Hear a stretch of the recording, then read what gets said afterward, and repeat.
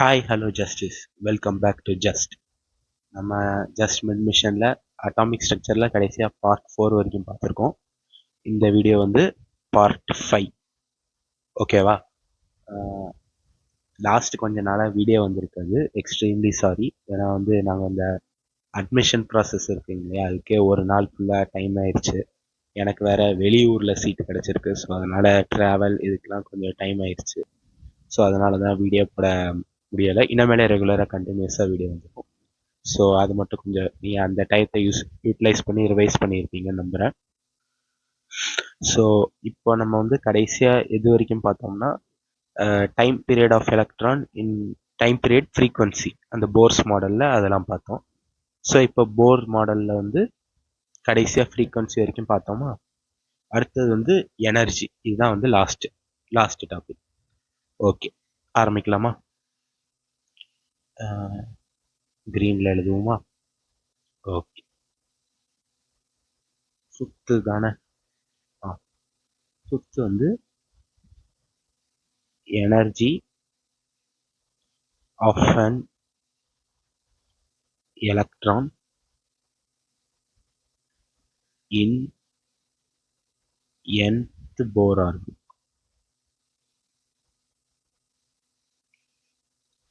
Okay, இந்த diagram ஒன்று எடுத்துக்கிறேன்.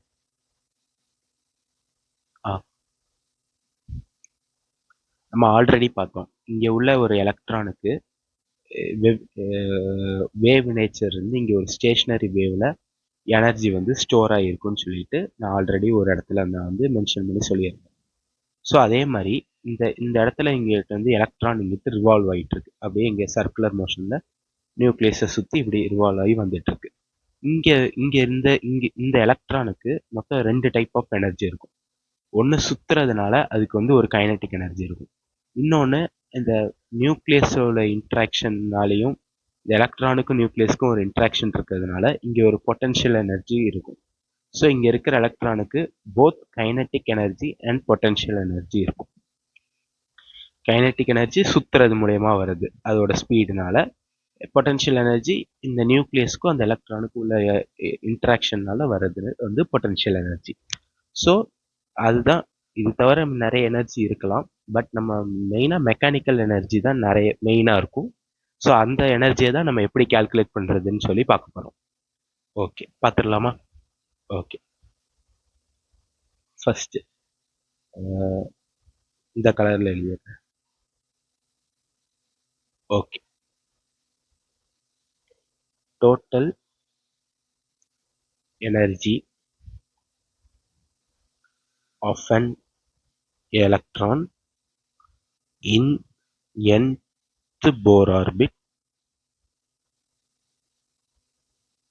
is equal to அந்த கைனட்டிக் எனர்ஜி, அந்த எலக்ட்ரானோட கைனட்டிக் எனர்ஜி ப்ளஸ் அந்த எலக்ட்ரானுக்கு இருக்கிற பொட்டன்ஷியல் எனர்ஜி. அதுதான் வந்து அந்த ஆர்பிட்டில் உள்ள எலக்ட்ரானோட எனர்ஜியாக இருக்கும். அது விச் மீன்ஸ் இன்டைரக்டாக நம்ம அதோட ஆர்பிட்டோட எனர்ஜி இவ்வளோன்னு நம்ம வந்து மென்ஷன் பண்ணி சொல்லிக்கலாம். ஓகே, நான் ஆல்ரெடி உங்ககிட்ட சொன்னேன், எலக்ட்ரோஸ்டாட்டிக்ஸில் பொட்டன்ஷியல் எனர்ஜிக்கு ஒரு ஃபார்முலா இருக்குது, KQ1Q2 பை டிஸ்டன்ஸ். இந்த ஃபார்முலா நம்ம ஆல்ரெடி பார்த்தோம். இதில் வந்து கேனா 1/4πε0 இஸ் ஈக்குவல் டு 9 × 10⁹. இதெல்லாம் உங்களுக்கு ஆல்ரெடி என்னன்னு தெரியும். ஸோ நமக்கு வந்து இதை நான் வந்து 2 ஸ்லைடாக பிரிச்சுக்கிறேன். ஓகே, கொஞ்சம் சின்னதாக எழுதிப்போம். ஓகே,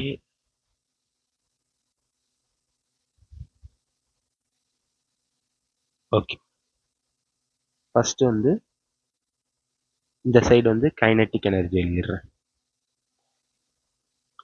ஸோ நமக்கு ஆல்ரெடி தெரியும் கைனட்டிக் எனர்ஜி. இது ஒரு பாக்ஸ் மாதிரி தானே போட்டிருக்கேன். இந்த சைடு வந்து கைனட்டிக் எனர்ஜி. கைனட்டிக் எனர்ஜி நமக்கு ஆல்ரெடி தெரியும், ஃபார்முலா வந்து 12mv². ஓகே, நமக்கு ஆல்ரெடி ஒரு ரிலேஷன் தெரியும்ல, இந்த எம்பி ஸ்கொயர்னா கேசெட்இ ஸ்கொயர் பை ஆர்என்னா. ஸோ இந்த எம்பி ஸ்கொயருக்கு பதிலாக இந்த கேசெட்இ ஸ்கொயர் பை ஆர்என் இந்த இதை போட போகிறோம். ஓகேவா? So half m into sorry half into இந்த mb ஸ்கொயருக்கு பதிலாக kzd ஸ்கொயர் பை rn. இது வந்து அந்த நான் வேணா இங்கே சைடில் வேணா சின்னதாக எழுதவா? இங்கே நான் சைடில் சின்னதாக எழுதிடுறேன், அதை நீங்கள் பார்த்துக்கோங்க. ஆல்ரெடி அது எப்படி வந்துச்சுன்னு நம்ம பார்த்துருக்கோம். ஸோ நமக்கு சென்ட்ரிபிட்டல் ஃபோர்ஸ் வந்து எலக்ட்ரோஸ்டாட்டிக் ஃபோர்ஸுக்கு ஈக்குவலாக இருக்கும். Okay, so R square cut ஆகும். So M V square is equal to K Z E square by R N. இந்த எம்பி ஸ்கொயருக்கு பதிலாக நம்ம K Z E square by R N வேல்யூவை நம்ம வந்து அங்கே சப்ஸ்டியூட் பண்ணுறோம். ஸோ கைனட்டிக் எனர்ஜியோட ஃபார்முலா வந்து kZe ஸ்கொயர் பை 2Rn. ஓகேவா?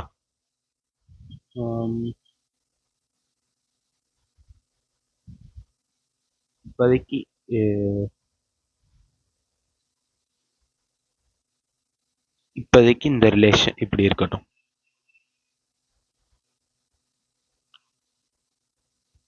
சப்போஸ் உங்களுக்கு வந்து இந்த மாதிரி கொஸ்டின்ல கைனட்டிக் எனர்ஜி ஆஃப் எலக்ட்ரான் இந்த nth போர் ஆர்பிட்னு கேட்டு இந்த ஃபார்முலா இல்லாமல் கொஞ்சம் வித்தியாசமாக இருந்துச்சுன்னா அங்கே வந்து இந்த ரேடியஸ் இருக்குங்களா இல்லைங்களா, இந்த இந்த ஆர்என்னுக்கு பதிலாக இந்த ரேடியஸ் ஃபார்முலா இந்த ஃபார்முலாவை நீங்கள் சப்ஸ்டியூட் பண்ணிடுங்க, உங்களுக்கு கரெக்டான அந்த ரிலேஷன் வந்துடும். அதான் வந்து எக்ஸாக்ட் ரிலேஷன். நம்ம இன் டர்ம்ஸ் ஆஃப் ஆர்என் இல்லாமல் மென்ஷன் பண்ணணும்னா அந்த ஆர்எனுக்கு பதிலாக அந்த மேலே பார்த்த ஃபார்முலாவை சப்ஸ்டியூட் பண்ணணும். ஸோ இந்த இடத்துல இது இப்படியே இருக்கட்டும், ஏன்னா அப்போ தான் நமக்கு ஃபர்தராக அது ஈஸியாக இருக்கும் பின்னாடி கேல்குலேஷன் பண்ணும்போது. ஓகே, செகண்ட் வந்து பொட்டன்ஷியல் எனர்ஜி. நான் பொட்டன்ஷியல் எனர்ஜி ஆல்ரெடி சொன்னேன், KQ1 Q2 பை ஆர்ன்ட்டு. இங்கே வந்து கே ஓகே, ஒரு பாசிட்டிவ் சார்ஜ் Q1ங்கிறது வந்து Q1ங்கிறது இங்கே நியூக்ளியஸோட சார்ஜ் வந்து ZEயா, ஏன்னா ஒரு புரோட்டானோட சார்ஜ் வந்து E, இங்கே வந்து Z அமௌண்ட் ஆஃப் புரோட்டான்ஸ் இருக்கும். So ZE. ஸோ வந்து okay, so plus ZE into எலக்ட்ரானோட சார்ஜ் வந்து மைனஸ் E டிவைடட் பை அந்த ரேடியஸோட distance. Okay, potential energy. So இதில் இருந்து பொட்டன்ஷியல் எனர்ஜி என்னன்னு வரும்? KZ மைனஸ் வருமா? மைனஸில் தான் பொட்டன்ஷியல் எனர்ஜி வரும்.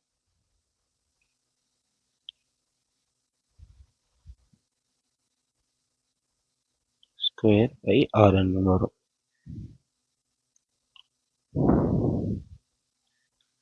இதுலேயே நீங்கள் வந்து ஆர்எனுக்கு பதிலாக அந்த மேலே உள்ள ரிலேஷனை சப்ஸ்டியூட் பண்ணிடுங்க, உங்களுக்கு கரெக்டான எக்ஸாக்ட் இது கிடச்சிடும். நான் இந்த இடத்துல ஸ்பேஸ் இல்லை, அதனால எழுத முடியல. ஓகே, இந்த இடத்துல இந்த மைனஸ் எதை சிக்னிஃபை பண்ணுதுன்னா இந்த சிஸ்டம் வந்து ரொம்ப ஸ்டேபிளான சிஸ்டம். மைனஸ்னா ரொம்ப கம்மியாக இருக்குன்னு அர்த்தம், ஜீரோவோட கம்மியாக இருக்குன்னு அர்த்தம். ஜீரோவோட ஒரு இது கம்மியாக இருக்குது, இந்த எனர்ஜி வைஸ் அது ரொம்ப கம்மியாக இருக்குதுன்னா அதுக்கான மீனிங் என்னன்னா அந்த சிஸ்டம் வந்து ரொம்ப ஸ்டேபிளாக இருக்குன்னு அர்த்தம். மீன்ஸ் அதோட எனர்ஜிலாம் வந்து ரொம்ப கம்மியாக இருக்குது. ஆல்ரெடி சொன்ன energy is inversely proportional to stability. ஒரு சிஸ்டத்துக்கு நெகட்டிவ் எனர்ஜி இருக்கும் போது அதோட எனர்ஜி ரொம்ப கம்மியாக இருக்குன்னு அர்த்தம். அப்போ அதோட ஸ்டெபிலிட்டி ரொம்ப அதிகமாக இருக்குது. ஸோ இது வந்து ஒரு டைப் ஆஃப் பவுண்டட் சிஸ்டம். எலக்ட்ரானும் நியூக்ளியஸும் நல்லா ஹோல்ட் ஆகி நல்லா ஸ்டேபிளாக இருக்குது. அதை வந்து டினோட் பண்ணுறதுக்கு நம்ம இங்கே நெகட்டிவ் சிம்பிள் யூஸ் பண்ணுவோம். அதுதான் வந்து ஆக்சுவலாக இந்த நெகட்டிவ் சிம்பிளுக்கான மீனிங். ஸோ பொட்டன்ஷியல் எனர்ஜி அந்த இடத்துல நெகட்டிவாக இருக்குன்னா அந்த ரெண்டோட இன்ட்ராக்ஷன் வந்து ரொம்ப ஸ்டேபிளாக இருக்குது. ஸோ வந்து எனர்ஜி வைஸ் ரொம்ப கம்மியாக இருக்குது. ஸோ அதனால தான் அது வந்து நம்ம வந்து நெகட்டிவ்ல யூஸ் பண்ணுறோம். அது வந்து பவுண்டட் சிஸ்டம். அதுக்கான மீனிங் அதுதான். ஓகே, அது உங்களுக்கு புரிஞ்சிருக்கும்னு நினைக்கிறேன். ஸோ இப்போ வந்து டோட்டல் எனர்ஜினா என்ன? Sum of kinetic energy plus potential energy. So இப்போ நான் டோட்டல் எனர்ஜியை வந்து கேபிட்டல் இன்னு சொல்லி மென்ஷன் பண்ணிக்கிறேன்.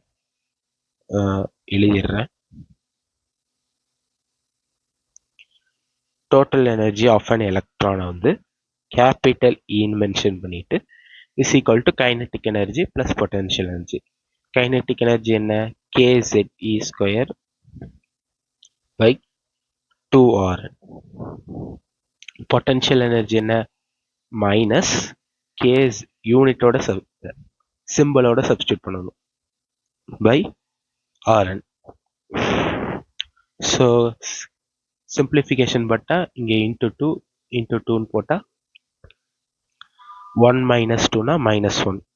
அப்போது minus KZE square by 2Rn தான் டோட்டல் எனர்ஜி வருமா? இதோட முடியலை. ஓகே,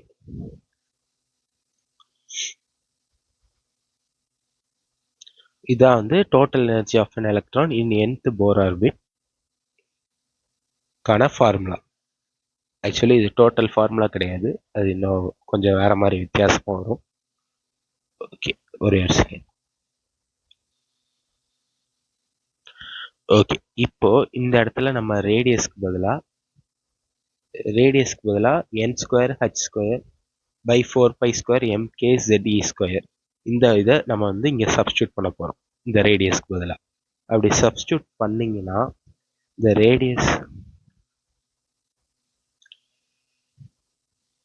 இங்கே எழுதிடுறேன். சப்ஸ்டிடியூட் ரேடியஸ் ஃபார்முலா அது ஆல்ரெடி மேலே எழுதியிருக்கோம், நான் அதனால் அதை மறுபடியும் எழுதலை. ஸோ நீங்கள் அதை சப்ஸ்டியூட் பண்ணி பார்த்தீங்கன்னா இது எனர்ஜி ஆஃப் எலக்ட்ரானோட ஃபைனலாக அதோட வேல்யூ என்ன வரும்னா, அதோட ஃபார்முலா எப்படி வரும்னா,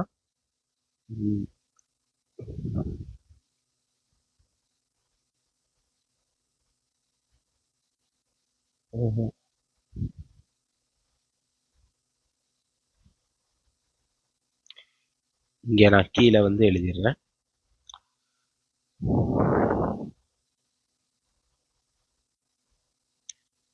energy of electron in nth Bohr orbit formula வந்து மைனஸ், இந்த மைனஸ் சிம்பிள் ரொம்ப முக்கியம். இதோட total energy minus. Kinetic energy எப்போவுமே பாசிட்டிவாக தான் இருக்கும். ஏன்னா வந்து மாஸ் ஏன் பாசிட்டிவ்னா இங்கே மாஸ் வந்து எப்போவுமே பாசிட்டிவாக தான் இருக்கும், நெகட்டிவ் மாஸாக இருக்க முடியாது. நம்ம இங்கே வெலாசிட்டி ஸ்பீடு தான், இந்த ஸ்பீடு ஆல்வேஸ் பாசிட்டிவ், அதை நம்ம ஸ்கொயர் பண்ணுறோம். ஸோ எனிவே இந்த மொத்த வேல்யூமே பாசிட்டிவாக தான் வரும். So kinetic energy always positive. Potential energy இங்கே நெகட்டிவாக வர்றதுக்கு மீனிங் வந்து இது ரெண்டு சிஸ்டம் ஸ்டேபிளாக இருக்குது. ஸோ ஸ்டேபிளாக இருக்கிறதுனால எனர்ஜி ரொம்ப கம்மியாக இருக்குது. ஸோ அதை வந்து நம்ம நெகட்டிவில் டினோட் பண்ணுவோம். ஸோ டோட்டல் எனர்ஜி இதை நீங்கள் சப்ஸ்டியூட் பண்ணும்போது நெகட்டிவில் தான் வருது. ஸோ திஸ் இஸ் இதுக்கான மீனிங் வந்து இது வந்து ஒரு பவுண்டட் சிஸ்டம், இது வந்து ஒரு ஸ்டேபிளைஸ்டான சிஸ்டம். இதில் வந்து எனர்ஜி ரொம்ப கம்மியாக இருக்குது, அதனால் இதில் சிஸ்டம் ரொம்ப ஸ்டேபிள்னு சொல்கிறதுக்காண்டி நம்ம நெகட்டிவில் யூஸ் பண்ணுறோம். ஐ ஹோப் அது அந்த ரிலேஷன் உங்களுக்கு புரியுதுன்னு நினைக்கிறேன். ஓகே, ஸோ இதை நீங்கள் சப்ஸ்டியூட் பண்ணி வேல்யூ பார்க்கும்போது என்ன வரும்னா 2k square z square e power 4 pi square mass of electron divided by n square h square. இதுதான் ஃபைனல் ஃபார்முலா.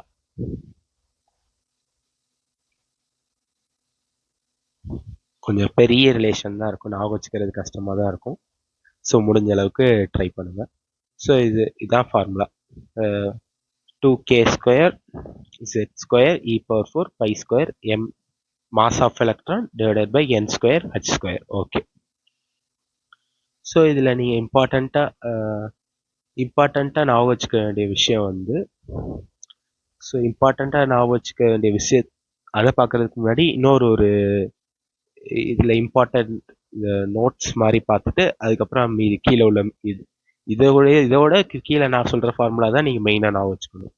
ஸோ ஃபஸ்ட்டு அந்த நோட்டை பார்த்துட்டு அதுக்கப்புறம் அந்த ஃபார்முலாலாம் பார்ப்போம். ஓகே, நோட் ஃபஸ்ட்டு வந்து ஆஸ் இந்த energy of electron in nth Bohr orbit வந்து directly proportional to mass of electron. அது கீழே நான் எழுதிடுறேன். ஃபர்ஸ்ட் வந்து the value of n as the value of n increases, n னா orbit number, increases the total energy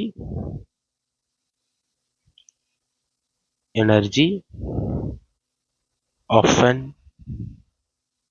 electron increases.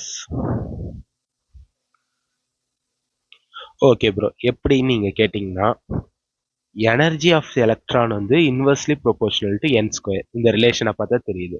அப்போ n increase ஆக energy குறைய தானே செய்யணும். நீங்க ஏன் இன்க்ரீஸ் ஆகுதுன்னு போட்டிருக்கீங்கன்னு கேட்டீங்கன்னா, அதுக்கு ஒரு இது கான்செப்ட் இருக்கு. இங்க வந்து நெகட்டிவ்ல இருக்கு இந்த எனர்ஜியோட வேல்யூ. சப்போஸ் நீங்க வந்து அடுத்த ஹைட்ரஜன் ஸ்பெக்ட்ரம்னு படிப்பீங்க. ஸோ அந்த ஹைட்ரஜன் ஸ்பெக்ட்ரம்ல சொல்லுவேன். நீங்க எனர்ஜி இந்த ஹைட்ரஜன் ஆட்டத்தில் உள்ள ஒவ்வொரு ஆர்பிட்ல உள்ள எனர்ஜியோட எலக்ட்ரானை கால்குலேட் பண்ணி பார்த்தீங்கன்னா, ஃபர்ஸ்ட் ஆர்பிட்டோட வேல்யூ வந்து -13.6 எலக்ட்ரான் வோல்ட்ல வரும்.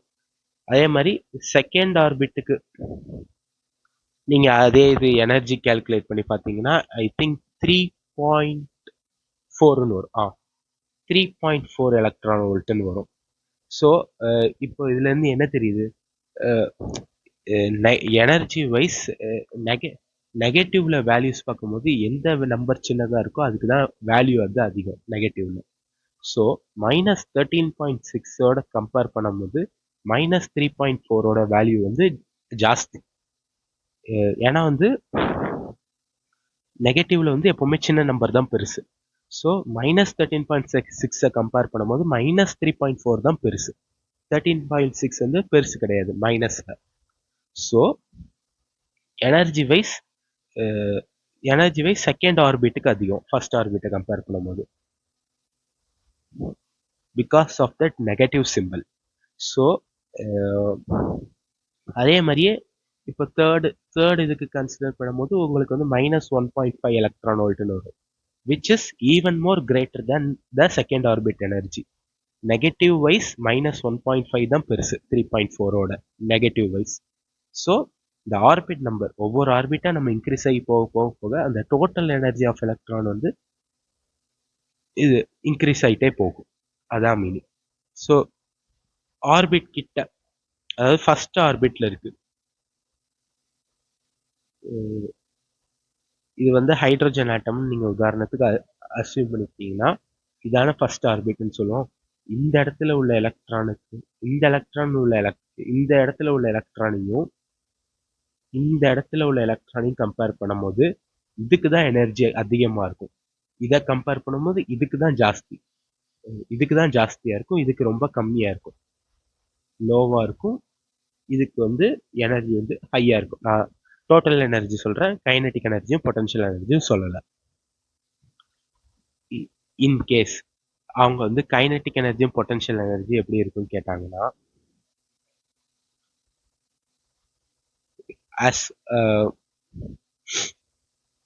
ஒரு நிமிஷம் இங்கே எழுது.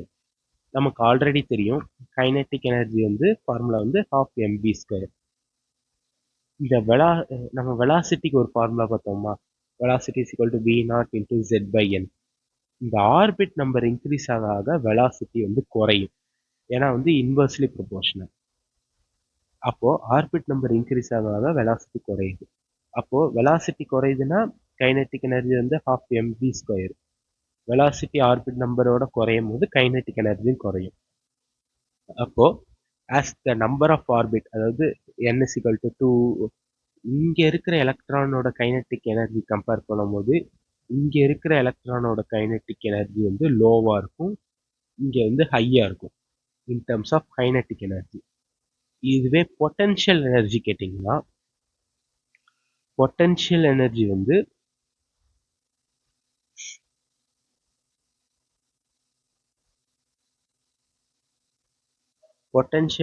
வந்து ஒரு சிம்பிளாக நான் வந்து சொல்கிறேனே, பொட்டன்ஷியல் எனர்ஜி வந்து is equal to minus KZD square by ஆர்என்னா. இந்த ரிலேஷன் வச்சு நான் எக்ஸ்பிளைன் பண்ணுறேன். இதில் வந்து பொட்டன்ஷியல் எனர்ஜி நீங்கள் இன்வெர்ஸ்லி ப்ரொபோர்ஷனல் டு ஆர்என்னு. ஸோ இங்கே இருக்கிற எலக்ட்ரான், இங்கே இருக்கிற எலக்ட்ரான், ஸோ இதை கம்பேர் பண்ணும்போது இங்கே ரேடியஸ் அதிகம், இங்கே ரேடியஸ் கம்மி. ஸோ இங்கே பொட்டன்ஷியல் எனர்ஜி கம்மி, இங்கே அதிகம் அப்படின்னு நீங்கள் வந்து தப்பு கணக்கு போடுவீங்க. பட் அது வந்து அப்படி பண்ணக்கூடாது. ஏன்னா வந்து பொட்டன்ஷியல் எனர்ஜி வந்து minus KZD square by R N. இந்த மைனஸ் நீங்கள் வந்து கன்சிடர் பண்ணணும். ஸோ மைனஸ் வச்சு பார்க்கும்போது மைனஸ் வச்சு பார்த்தீங்கன்னா, இப்போ உதாரணத்துக்கு இந்த இடத்துல பொட்டன்ஷியல் எனர்ஜி வந்து ஒரு மைனஸ் -4 ஜூல்ஸ்னு வச்சுக்கோங்க. இந்த இடத்துல பொட்டன்ஷியல் எனர்ஜி வந்து -2 ஜூல்ஸாக இருக்கும். விச் இஸ் இந்த -2 தான் -4ஓட பெருசு. ஸோ ஆர்பிட் நம்பர் இன்க்ரீஸ் ஆகும் போது பொட்டன்ஷியல் எனர்ஜியோட வேல்யூ இன்க்ரீஸ் ஆகும், பட் கைனட்டிக் எனர்ஜி குறையும். இதான் வந்து பேசிக்காக because of that negative symbol. அந்த நெகட்டிவ் சிம்பிள் வரும்போது இன்வெர்ஸ்லி ப்ரொபோர்ஷனலாக இருக்கிறது டைரக்ட்லி ப்ரொபோர்ஷனல் ஆயிரும், டைரக்ட்லி ப்ரொபோர்ஷனலாக இருக்கிறது இன்வெர்ஸ்லி ப்ரொபோர்ஷனல் ஆயிரும். இந்த மாதிரி சிம்பிளாக நான் வச்சுக்கோங்க. ஐ ஹோப் அது உங்களுக்கு புரிஞ்சிருக்கும்னு நினைக்கிறேன்.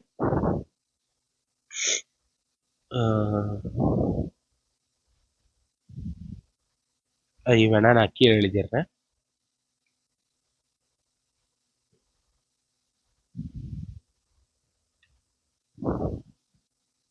இது எப்படி இங்கே சைடில், இங்கே சைடில் வேணா சின்னதை எழுதிடுறேன்.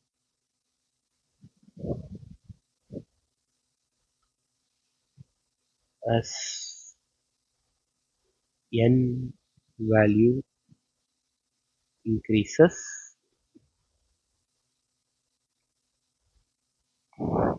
கைனட்டிக் எனர்ஜியோட வேல்யூ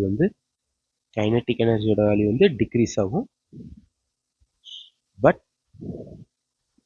பொட்டன்ஷியல் எனர்ஜியோட வேல்யூ வந்து இன்க்ரீஸ் ஆகும். இந்த சிம்பிள் வச்சு தான் நம்ம பொட்டன்ஷியல் எனர்ஜி இது சொல்லுவோம். இது வந்து ஒரு important previous year question. Okay, என்ன பார்த்தோம்? இந்த ஆர்பிட் நம்பர் இன்க்ரீஸ் ஆக கைனட்டிக் எனர்ஜியோட வேல்யூ வந்து கம்மியாயிட்டே போகும், but in case of potential energy increase ஆகிட்டே போகும். இப்போ ஃபர்ஸ்ட் ஆர்பிட்டில் பொட்டன்ஷியல் எனர்ஜியோட வேல்யூ ஒரு உதாரணத்துக்கு -4 ஜூல்னு இருந்துச்சுன்னா, செகண்ட் ஆர்பிட்டில் -2 ஜூலாக இருக்கும். விச் மீன்ஸ் -2 தான் -4ஓட பெருசு. ஸோ செகண்ட் ஆர்பிட்டில் பொட்டன்ஷியல் எனர்ஜி அதிகம் ஃபர்ஸ்ட் ஆர்பிட்டை கம்பேர் பண்ணும்போது. அதான் மீனிங்.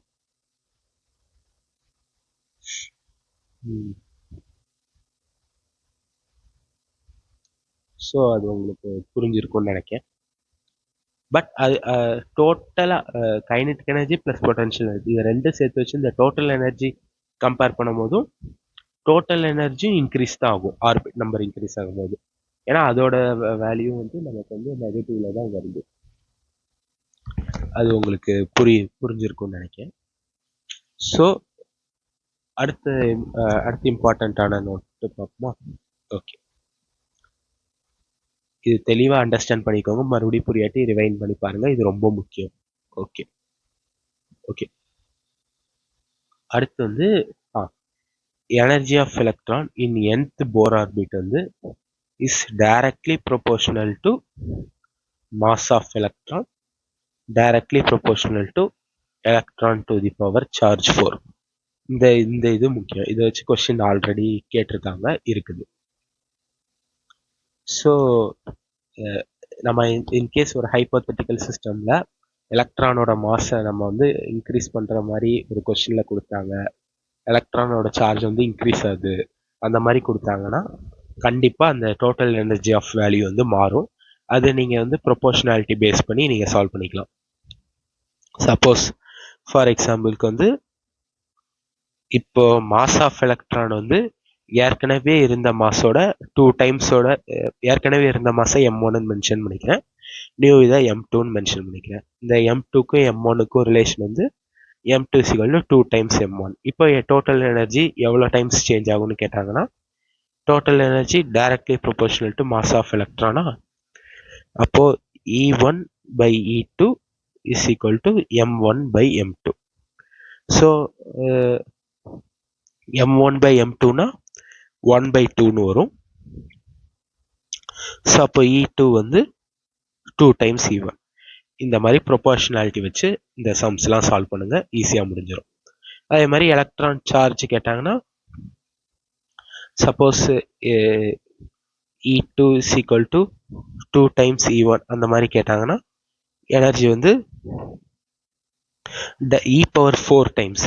அப்போ எனர்ஜி வந்து ஆல்ரெடி இருந்ததோட 2⁴ டைம்ஸ் எனர்ஜி வந்து அதிகமாக இருக்கும், அதான மீனிங்கு. ஸோ 2⁴னா 16 டைம்ஸா, 16 டைம்ஸ் E1ஓட ஜாஸ்தியாக இருக்கும். இந்த மாதிரி ப்ரொபோர்ஷனாலிட்டி பேஸ் பண்ணி கொஸ்டின்ஸ் வந்து இந்த மாதிரி இதில் கேஸில் கேட்க வாய்ப்பு இருக்கு. ஸோ இதை வந்து மெயினாக நான் வச்சுக்கோங்க. அதே மாதிரி அந்த எனர்ஜி ஆஃப் எலக்ட்ரான் வந்து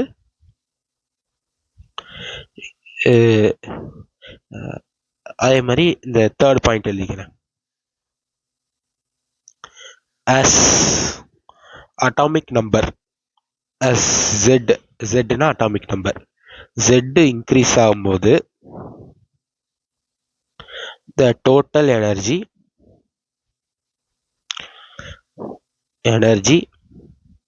of an electron decreases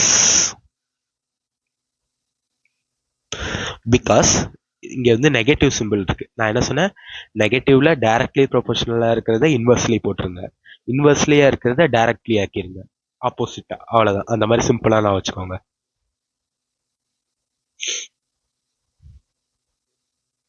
in case of Z and N மட்டும் அப்படி வரும். பட் வந்து இந்த ரிலேஷன் வந்து கான்ஸ்டன்ட் தான். எனர்ஜி வந்து டைரக்ட், இந்த கேஸ்ல ஏன் இன்வெர்ஸ்லி ப்ரொபோர்ஷனல்லாம் கிடையாது, அதாவது நம்ம இந்த கேஸ்லலாம் நம்ம பார்க்கும்போது நியூமரிக்கல் வேல்யூ வச்சு பார்ப்போம். நியூமரிக்கல் வேல்யூ வந்து இன்க்ரீஸ் ஆகும். பட் நம்ம நெகட்டிவ் சிம்பிள் வச்சு பார்க்கும்போது இன்வெர்ஸ்லி ப்ரொபோர்ஷனல் அப்படி தான் சொல்லுவோம். ஸோ ஆனால் பட் இந்த கேஸ்லலாம் நீங்கள் இன்வெர்ஸ்லி ப்ரொபோர்ஷனல்னு பண்ணி செஞ்சிடாதீங்க, இந்த மாதிரி தான் போட்டு செய்யணும். இப்படி பார்த்தோம்ல 2 டைம்ஸ்னா 2 டைம்ஸ் அப்படி மாறுதுன்ட்டு. நெகட்டிவ் வேல்யூ எப்படி வேணாலும் இருக்கலாம், பட் நியூமரிக்கல் வேல்யூ வந்து இன்க்ரீஸ் ஆகும். ஸோ இது வந்து ஒரு ரிலேஷன். இந்த நெகட்டிவ்ல கேட்டால் மட்டும் அந்த வேல்யூ வந்து Z இன்க்ரீஸ் ஆகும்போது டிக்ரீஸ் ஆகும், பட் நியூமரிக்கல் வேல்யூ வந்து இன்க்ரீஸ் ஆகும். ஃபார் எக்ஸாம்பிள் ஹைட்ரஜனுக்கு ஒரு உதாரணத்துக்கு ஹைட்ரஜன் ஹீலியம் எடுத்துக்கிட்டோம்னா இங்க வந்து ஒரு -4 ஜூல்னு வந்துச்சுன்னா இங்க ஒரு -6 ஜூல்னு வரும். நியூமரிக்கல் வேல்யூ வந்து இன்க்ரீஸ் ஆகும், பட் நம்ம நெகட்டிவ்ல பார்க்கும்போது -4 தான் -6ஓட பெருசு. ஸோ அதான் அந்த அந்த நெகட்டிவ் வச்சு கம்பேர் பண்ணும்போது இன்வெர்ஸ்லி டைரக்ட்லி அதை வந்து அப்படியே மாற்றி தலைகீழ ரிவர்ஸில் எழுதிக்கோங்க. அது உங்களுக்கு புரியும்னு நினைக்கிறேன். ஓகே, ஸோ இதெல்லாம் வந்து சும்மா பேசிக், இது வந்து ரொம்ப இம்பார்ட்டன்ட் கிடையாது. பட் இப்போ நான் சொல்ல போகிற ஒரு 4 ஃபார்முலா வந்து 4 தான் இருக்கு, 6 ஃபார்முலா கிட்ட இருக்கு. அது வந்து ரொம்ப இம்பார்ட்டன்ட். இதை வந்து நான் வந்து இந்த இதோட சிம்பிளிஃபிகேஷன் மாதிரி எழுதிக்கிறேன். இந்த ஒரு ஈக்குவேஷனை 1ன்னு மென்ஷன் பண்ணிக்கிறேன். On simplification on simplification of 1 ஒன்னை சிம்பிளிஃபிகேஷன் பண்ணும்போது நமக்கு வந்து ஒரு நாலு டைப் ஆஃப் ஃபார்முலாஸ் வரும். இதில் எப்படி சிம்பிளிஃபை பண்ணுறோன்னா, நமக்கு இது டூ தான். கே ஸ்கொயரோட வேல்யூ தெரியும், 9 × 10⁹ ஹோல் ஸ்கொயர் பண்ணணும். ஜெட் வேல்யூ நமக்கு கொஸ்டினை பொறுத்து மாறும். e⁴ எலக்ட்ரானிக்கோட சார்ஜ், இதோட வேல்யூ தெரியும். பை ஸ்கொயரோட வேல்யூ தெரியும். மாஸ் ஆஃப் எலக்ட்ரான் தெரியும். n ஸ்கொயர் வந்து கொஸ்டினில் கொடுப்பாங்க. n ஸ்கொயரும் z ஸ்கொயரும் கொஸ்டின்ஸை பொறுத்து மாறும். h ஸ்கொயரோட வேல்யூ தெரியும், பிளாங்க் கான்ஸ்டன்ட்டோட வேல்யூ. ஸோ இந்த வேல்யூலாம் நம்ம சப்ஸ்டியூட் பண்ணி மல்டிப்ளை பண்ணி டிவைட் பண்ணி கால்குலேட் பண்ணி பார்த்தோம்னா நமக்கு வந்து இன் டர்ம்ஸ் ஆஃப் ஜூல்ல ஃபார்முலா வருது. எனர்ஜி ஆஃப் எலக்ட்ரான் வந்து -2.18 into 10⁻⁻18 is into z square by n square joule per atom. இங்க வந்து நான் வந்து எனர்ஜி வந்து ஜூல் பெர் ஆட்டம்னு எழுதுறதுக்கு வந்து ஒரு காரணம் இருக்கு. இப்போ இங்க ஜூல் பெர் ஆட்டம்னா என்ன மீனிங்னா, இப்போ வந்து ஒரு ஃபார் சப்போஸ் ஒரு ஹைட்ரஜன் ஆட்டம்ல ஒரு எலக்ட்ரான் தானே இருக்கும். அந்த ஒரு எலக்ட்ரானுக்கு எப்பவுமே போர் மாடல் இந்த எனர்ஜி கால்குலேஷன்லாம் ஒரு எலக்ட்ரானுக்கு தான் பார்ப்போம். அதுக்கு வந்து போர் மாடல்னாலே ஒரு எலக்ட்ரானுக்கு தான், ஹீலியம் ப்ளஸ் அந்த மாதிரி தான் பார்ப்போம்.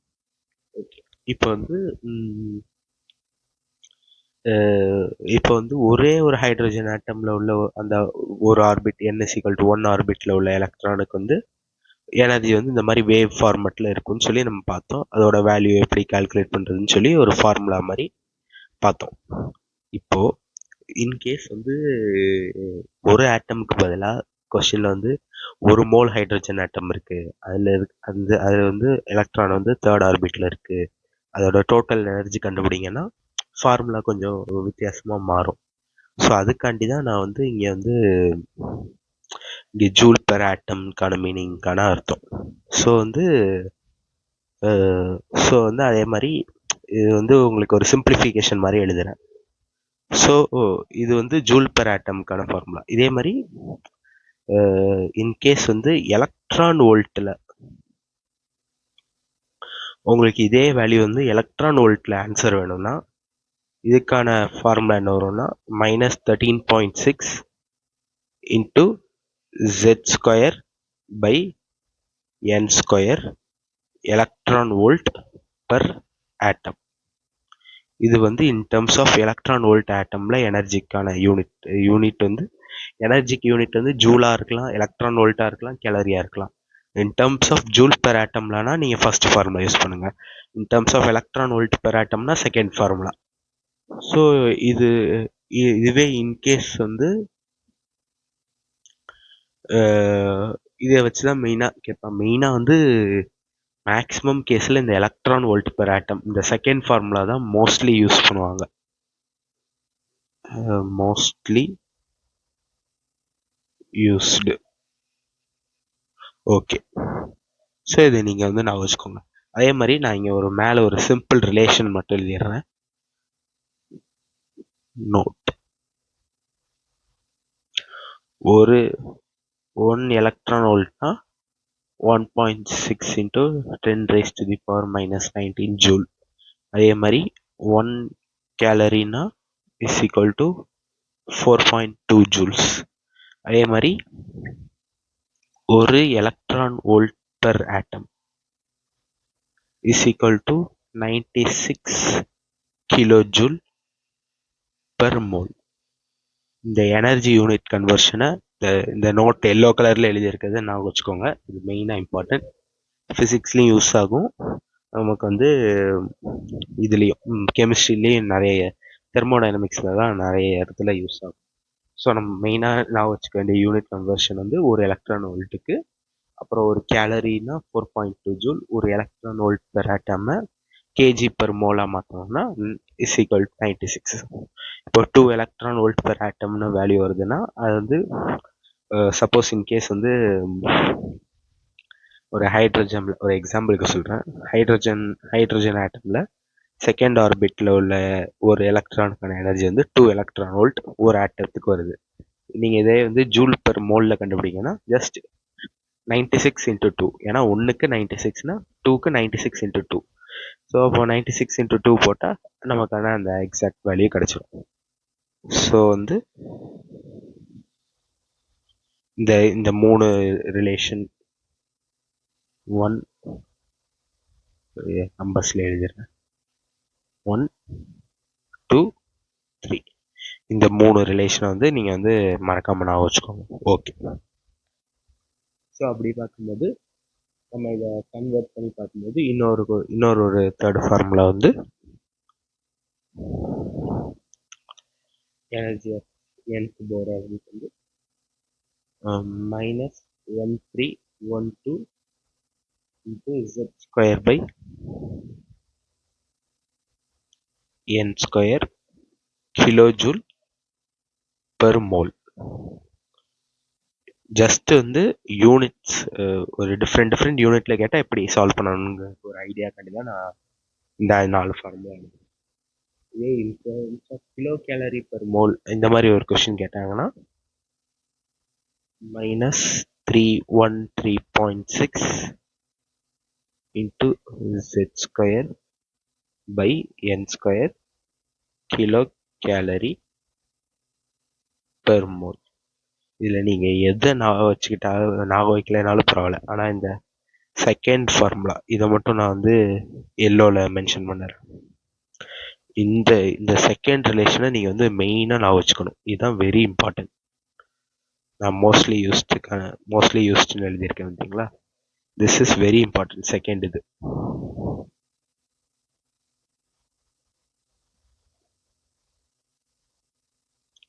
ஓகேவா? ஸோ இதை வச்சு நீங்கள் வந்து மித்தது இந்த ஒரு எலக்ட்ரான் வோல்ட் இந்த இதெல்லாம் கேல்குலேட் பண்ணி மாற்றி மாற்றி யூனிட் கன்வர்ஷன் பண்ணிக்கலாம். ஆனால் இந்த செகண்ட் இதை நீங்கள் வந்து மெயினாக நான் வச்சுக்கணும். அது மட்டும் நான் எல்லோவில் ஹைலைட் பண்ணியிருக்கேன். ஸோ வந்து ஏன்னா வந்து ஏன் எலக்ட்ரான் வோல்ட்டை மெயினாக நான் வச்சுக்க சொல்கிறேன்னா, இந்த எலக்ட்ரான்ஸ் இதெல்லாம் வந்து ஆட்டம்லாம் ரொம்ப சிறுசு. அதுக்கெலாம் வந்து எனர்ஜி வந்து ரொம்ப கம்மியாக தான் இருக்கும். ஜூல்ஸ்லாம் ரொம்ப பெரிய யூனிட், எலக்ட்ரான் வோல்ட் தான் சின்ன யூனிட். அதனால அதை வச்சு தான் நம்ம யூஸ் பண்ணுறோம். ஓகே, ஐ ஹோப் அது புரிஞ்சிருக்கும்னு நினைக்கிறேன். ஸோ இந்த ஃபார்முலா அப்புறம் வந்து இந்த நோட் இது நான் வச்சுக்கோங்க. அப்புறம் இந்த எனர்ஜிக்கான இந்த formula, this is very important, mostly use பண்ண ஃபார்முலா. அப்புறம் இந்த கைனெட்டிக் எனர்ஜி, பொட்டன்ஷியல் எனர்ஜி இதை வச்சு கேட்டிருக்காங்க. அதே மாதிரி இந்த இந்த இந்த இதையும் ஒரு ப்ரீவியஸ் இயர் கொஸ்டின்ல கேட்டிருக்காங்க. ஸோ இதையும் நான் வச்சுக்கோங்க. ஐ ஹோப் அதெல்லாம் உங்களுக்கு புரிஞ்சிருக்கும்னு நினைக்கிறேன். ஸோ இதை பேஸ் பண்ண கிராஃப்ஸ் மட்டும் பார்ப்போமா? ஓகே, கிராஃப் பார்க்கறதுக்கு முன்னாடி இதில் வந்து இன்னொரு ஒரு முக்கியமான ஒரு கான்செப்ட், அதையும் நான் வந்து ஒரு சின்னதாக ஒரு நோட் போட்டு எழுதிடுறேன். நோட்டில் என்னன்னா total energy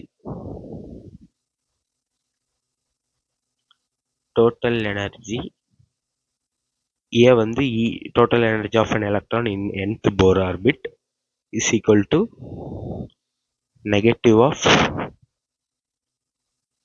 kinetic energy of electron in nth Bohr orbit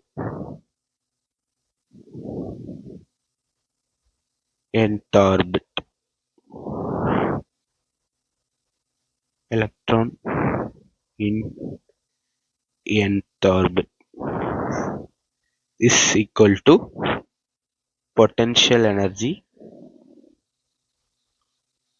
by 2. இது வந்து ஒரு ஜெனரலைஸ்ட் ஈக்குவேஷன் ஆர் ஒரு சிம்பிளாக நீங்கள் நான் வச்சுக்கிற மாதிரி இந்த டோட்டல் எனர்ஜி இருக்குது இல்லையா, இது வந்து நெகட்டிவ் ஆஃப் கைனெட்டிக் எனர்ஜி. அதே மாதிரி பொட்டன்ஷியல் எனர்ஜி வந்து 2 டைம்ஸ் டோட்டல் எனர்ஜி.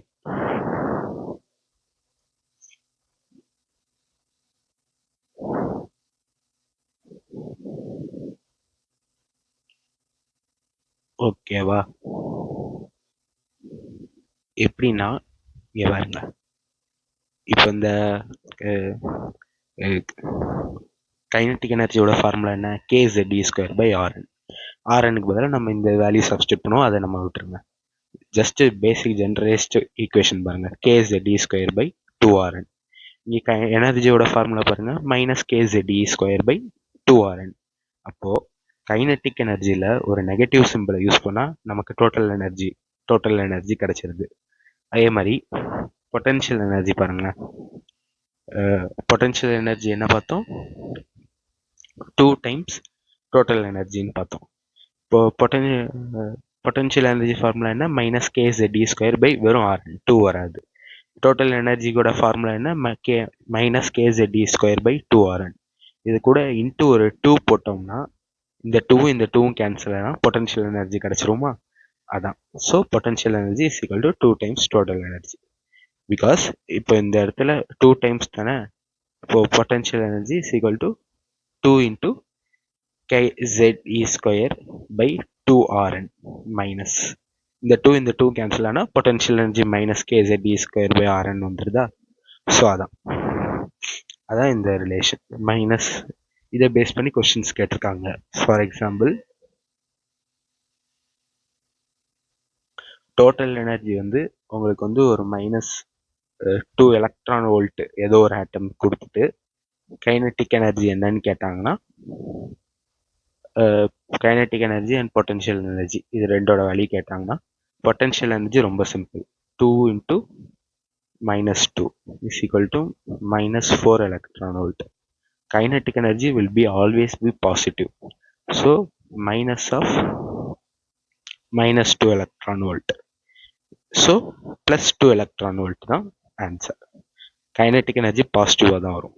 அது வந்து ஏன்னு நம்ம ஆல்ரெடி பார்த்துருக்கோம். ஓகே. ஸோ பொட்டன்ஷியல் எனர்ஜினா ஜஸ்ட் டோட்டல் எனர்ஜி கூட 2 மல்டிப்ளை பண்ணிடணும். கைனட்டிக் எனர்ஜி கேட்டாங்கன்னா அந்த டோட்டல் எனர்ஜி நெகட்டிவாக தான் கொடுப்பாங்க, அதை நம்ம பாசிட்டிவாக எழுதிக்கணும் கைனட்டிக் எனர்ஜி. பட் பொட்டன்ஷியல் எனர்ஜியோட வேல்யூ வந்து டபுளாக வரும், பட் நெகட்டிவில் தான் வரும். ஸோ அது உங்களுக்கு புரிஞ்சிருக்குன்னு நினைக்கிறேன். ஸோ மேலே உள்ள இதை நான் வச்சுக்கோங்க, இல்லாட்டி இந்த தனித்தனியாக இதை நான் வச்சுக்கோங்க. எது உங்கள் வசதியாக இருக்கோ அது மாதிரி நான் வச்சுக்கோங்க. ஓகே, ஐ ஹோப் அது புரிஞ்சிருக்குன்னு நினைக்கிறேன். ஸோ மேலே உள்ள எக்ஸாம்பிள் அப்படியே இருக்கட்டும், கீழே வந்து நான் வந்து இங்கே கிராஃப் வரைஞ்சிடுறேன். ஓகே,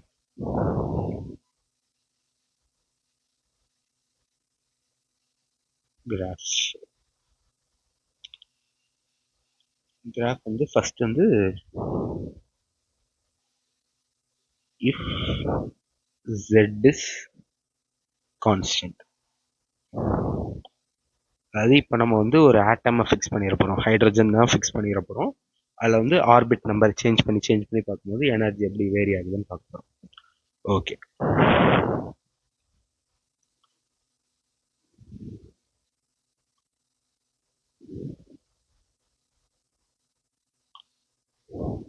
இது ஒரு கிராஃபு, இதில் நம்ம பேஸ் பண்ணி 2 கிராஃப் இருக்குது. ஏன் கிராஃப் வரையறதுன்னா உங்களுக்கு வந்து குழப்பிடக்கூடாது எக்ஸாம்பிள், அதுக்காக தான். கிராஃப் நீங்கள் சிம்பிள் நினைக்கலாம், பட் இதை பேஸ் பண்ணி ரொம்ப ட்விஸ்டடாக வர்றதுக்கு சான்சஸ் இருக்கு. ஓகே, ஃபர்ஸ்ட் இந்த சைடில் energy of electron Bohr orbit n, இங்கே energy of electron into nth Bohr orbit divided by 1/n². Okay, இங்கே வந்து n². ஓகே, இப்போ ஆல்ரெடி என்ன தருவோம், energy of nth Bohr orbit வந்து ஒரு E0 இன்ட்டு z²/n². வேறு E0 வந்து -13.6 எலக்ட்ரான் வோல்ட், அது நம்ம வந்து ஏன்னு பார்த்துட்டோம். ஓகே, ஸோ இப்போ எனர்ஜி ஆஃப் எலக்ட்ரான் வந்து inversely proportional to n². But இங்கே ஒரு மைனஸ் சிம்பிள் இருக்கு. நான் ஆல்ரெடி என்ன சொன்னேன், மைனஸில் இன்வெர்ஸ்லியாக இருக்கிறது அது டைரக்ட், மைனஸில் இன்வெர்ஸ்லி ப்ரொபோர்ஷனலாக இருக்குது. ஸோ நமக்கு வந்து கிராஃப் வந்து மேலே அப்பர் குவாட்ரண்ட்டுக்கு பதிலாக லோயர் குவாட்ரண்ட்டில், அதாவது 4th குவாட்ரண்ட்டில் வரும். இப்படி வரும் because of that negative sign.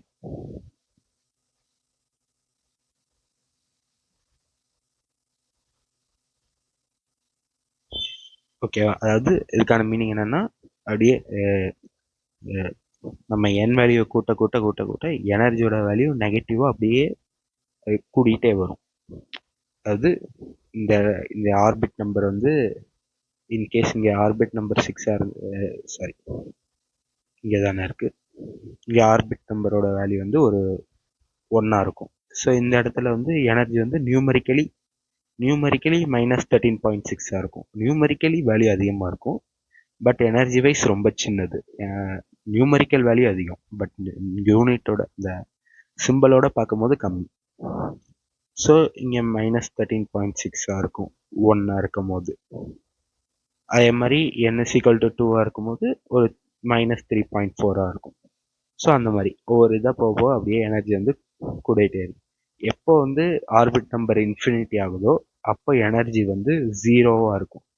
Zero தான் அந்த எலக்ட்ரானோட மேக்சிமம் எனர்ஜியாக இருக்க முடியும் பவுண்டட் சிஸ்டமில். ஸோ அது இன்கேஸ் இங்கே எழுதுன n வந்து இன்ஃபினிட்டியாக போயிடுச்சுன்னா எனிதிங் டிவைடட் பை இன்ஃபினிட்டி வந்து ஜீரோ. ஸோ எனர்ஜி வந்து ஜீரோ ஆயிரும். -0லாம் இல்லை, வெறும் ஜீரோவாக இருக்குதுன்னா அந்த எலக்ட்ரான் வந்து நியூக்ளியஸை விட்டு பிரிஞ்சு போய் நியூக்ளியஸோட ஃபோர்ஸ் ஆஃப் அட்ராக்ஷன் அதுக்கு இல்லவே இல்லை. இல்லாமல் அது வந்து பிரிஞ்சு போய் நியூக்ளியஸ் அந்த ஆட்டமை விட்டு டோட்டலாக பிரிஞ்சு இப்போ ஒரு தனி ஃப்ரீயாக இருக்குது. ஸோ அதுக்கு வந்து இப்போ எந்த வித எனர்ஜிக்கு பொட்டன்ஷியல் எனர்ஜியும் கிடையாது, கைனட்டிக் எனர்ஜியும் கிடையாது. So total energy is zero.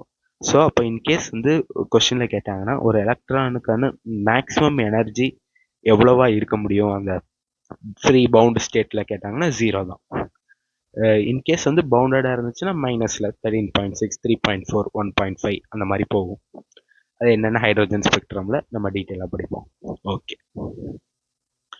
அதே மாதிரி எனர்ஜி ஆஃப் எலக்ட்ரான் வந்து inversely proportional to n square but directly proportional to 1/n square. So வந்து கிராஃப் வந்து ஸ்ட்ரைட் லைனாக வரும்.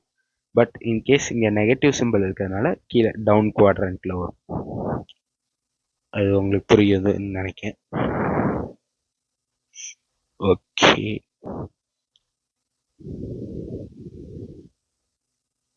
இன்னும் ஒரு ஃபார்முலா, இன்னும் 2 கிராஃப் இருக்கு, இங்கேயே வரைஞ்சிடுறேன், கொஞ்சம் சின்னதாக்கிக்கலாம்.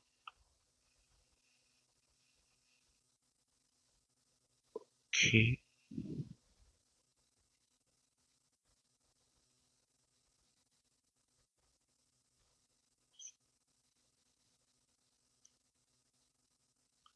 செகண்ட் வந்து இஃப் n இஸ் கான்ஸ்டன்ட்.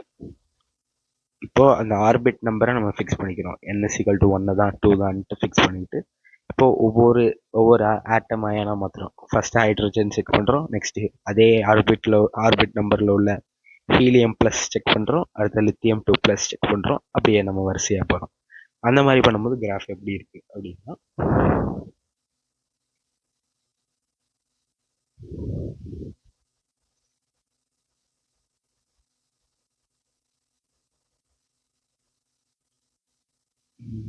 ரொம்ப ஒரே ஒரு செகண்ட் கைஸ்.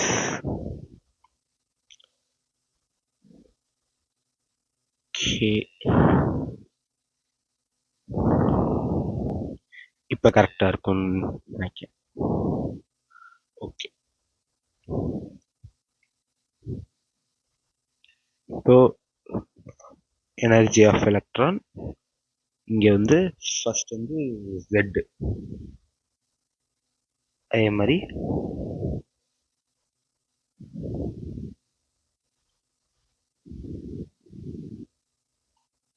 இங்கே வந்து Z² ப்ளூவில் எழுதிடவா? ஓகே, Z² இங்கே எனர்ஜி ஆஃப் எலக்ட்ரான். இப்போ எனர்ஜி ஆஃப் எலக்ட்ரான் வந்து -13.6 இன்ட்டு Z²/n². இப்போ வந்து இது வந்து directly proportional to Z². So Z இது வந்து எப்படி இருக்குன்னா y -kx². இது வந்து பேரபோலா ஓப்பன் டவுன்வர்ட்ஸ். ஸோ வந்து இப்படி கிராஃப் வரும். ஏன் நான் வந்து பேரபோலான்னு சொல்லிட்டு இப்படி வரையாம வெறும் இங்கே ஒரே ஒரு ஹாஃப் மட்டும் வரைஞ்சிருக்கேன்னா, ஏன்னா வந்து Z வேல்யூ இருக்குங்க இல்லையா, இது வந்து Zங்கிறது அட்டாமிக் நம்பர். இங்கே Zங்கிறது வந்து அட்டாமிக் நம்பர். Zோட வேல்யூ வந்து நெகட்டிவாக வர்றதுக்கான சான்ஸே கிடையாது. Z எப்போவுமே பாசிட்டிவ் தான். இந்த சைடு ஃபுல்லாக எக்ஸ் ஆக்சிஸ், இது ஃபுல்லாக பாசிட்டிவாக இருக்கும். இது வந்து நெகட்டிவ் எக்ஸ் ஆக்சிஸ். ஸோ இந்த இடத்துல நான் இப்படி கிராஃப் வரைஞ்சேன்னா Z வந்து நெகட்டிவாக இருக்குன்னு மீனிங் ஆயிரும்.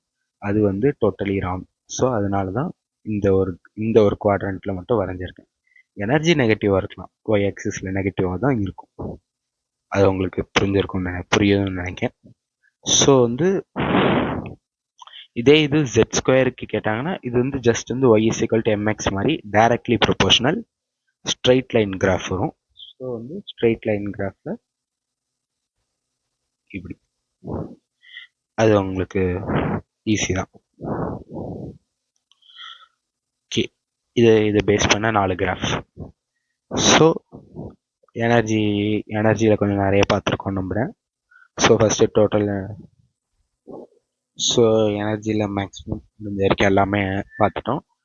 Total energy, kinetic energy plus potential energy, அதுக்கான ஈக்குவேஷன் வந்து இந்த ரிலேஷன், இது இம்பார்ட்டன்ட் நான் வச்சுக்கணும். அப்புறம் இந்த 4 பாயிண்ட். அப்புறம் வந்து இந்த ஈக்குவேஷனில் மோஸ்ட்லி நம்ம யூஸ் பண்ணுறது வந்து செகண்ட் ஃபார்முலா, இதை நான் வச்சுக்கோங்க. அப்புறம் வந்து kinetic energy, potential energy, total எனர்ஜிக்கான ரிலேஷன், கிராஃப்ஸ். ஸோ இவ்வளோதான். ஸோ ஐ ஹோப் உங்களுக்கு வந்து போர்ஸ் மாடலில் உள்ள எல்லாமே புரிஞ்சிருக்கும்னு நினைக்கிறேன். நம்ம மேக்ஸிமம் போர் மாடலில் உள்ள எல்லா டாப்பிக்கும் கவர் பண்ணியாச்சு. ஃபஸ்ட்டு நம்ம போர் மாடல்னால் என்னென்னு பார்த்தோம். அதில் உள்ள அவர் சொன்ன பாஸ்டுலேட்ஸ், இதெல்லாம் ஆக்சுவலி போர் மாடல்னு சொல்கிறத விட மோர் ஸ்பெசிஃபிக்காக போர் பாஸ்டுலேட்ஸ்ன்னு சொல்லுவாங்க. இதெல்லாம் வந்து போர் சொன்ன விஷயங்கள், ஆட்டம்னா இப்படிலாம் இருக்கும்னு சொல்லிட்டு. ஸோ இதெல்லாம் வந்து அவரோட பாஸ்டுலேட்ஸ், இதெல்லாம் நம்ம மெயினாக நான் வச்சுக்கணும். ஸோ இதில் வந்து மெயின் இம்பார்ட்டன்ட் ரிலேஷன் வந்து இது ML, ஆங்குலர் மொமெண்டம் = NH/2π. அப்புறம் வந்து இதெல்லாம் என்னதுன்னு பார்த்தோம். அடுத்து ஃபார்முலாஸ், இதுக்கான ரிலேட்டடான ஃபார்முலாஸ். ஒன்று, இது ஒரு வெலாசிட்டிக்கான ஃபார்முலா.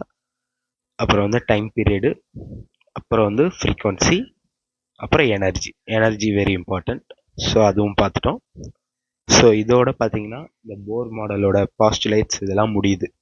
ஸோ சக்ஸஸ்ஃபுல்லி நம்ம போர்ஸ் மாடல் எப்படிலாம் அவர் என்னெல்லாம் சொன்னார், எனர்ஜி எப்படி இருக்கும், அதெல்லாம் எப்படி இருக்கும், எலக்ட்ரான் வந்து ஆர்பிட்டில் சர்க்குலர் மோஷனில் சுற்றும், அதோட எனர்ஜி வந்து கான்ஸ்டண்ட்டாக இருக்கும், எமிட் ஆகாது, ஏன்னா ஸ்டேஷனரி ஆர்பிட், அதெல்லாம் என்னன்னு சொல்லி பார்த்துருக்கோம். ஸோ இதை வச்சு வர டாபிக் தான் வந்து hydrogen spectrum. So hydrogen spectrum வச்சு வேவ் லென்த் கேல்குலேட் பண்ண அந்த மாதிரி கொஷின்ஸ்லாம் இருக்குது. ஸோ அதுக்கான சம்ஸும் நான் அடுத்த செஷன்லேருந்து எடுத்துகிட்டு வரேன். இப்போதைக்கு ஃபஸ்ட் வந்து ஹைட்ரஜன் ஸ்பெக்ட்ரம்னா என்னன்னு பார்ப்போம். அதோட இன்னைக்கான வீடியோ முடிச்சுக்கலாம். பட் ஹைட்ரஜன் ஸ்பெக்ட்ரம் பார்க்குறதுக்கு முன்னாடி ஃபஸ்ட்டு ஸ்பெக்ட்ரம்னா நமக்கு என்னன்னு தெரிஞ்சிருக்கணும். ஸோ ஃபஸ்ட்டு ஸ்பெக்ட்ரம்னா என்னன்னு பார்த்துட்டு அடுத்த நெக்ஸ்ட் ஹைட்ரஜன் ஸ்பெக்ட்ரம்குள்ளே போகலாம்.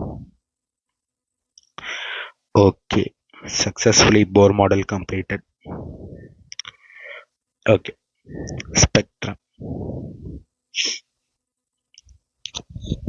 இப்போ ஸ்பெக்ட்ரம்னா நமக்கு வந்து ஒரு ஜென்ரலாக ஒரு ஐடியா இருக்கும், ஒரு கலர்ஃபுல் அந்த மாதிரி ஒரு ஒரு ஒரு ஒயிட் லைட்லேருந்து 7 கலர்ஸ் எடுத்து அது ஒரு பிளேட் மாதிரி வைக்கிறது தான் ஸ்பெக்ட்ரம்னு சும்மா ஒரு ஜென்ரலாக சொல்லுவோம். ஸோ ஃபஸ்ட்டு ஸ்பெக்ட்ரம்க்கு வந்து டெஃபினேஷன் எழுதிக்கிறேன். It is a collection of wavelength of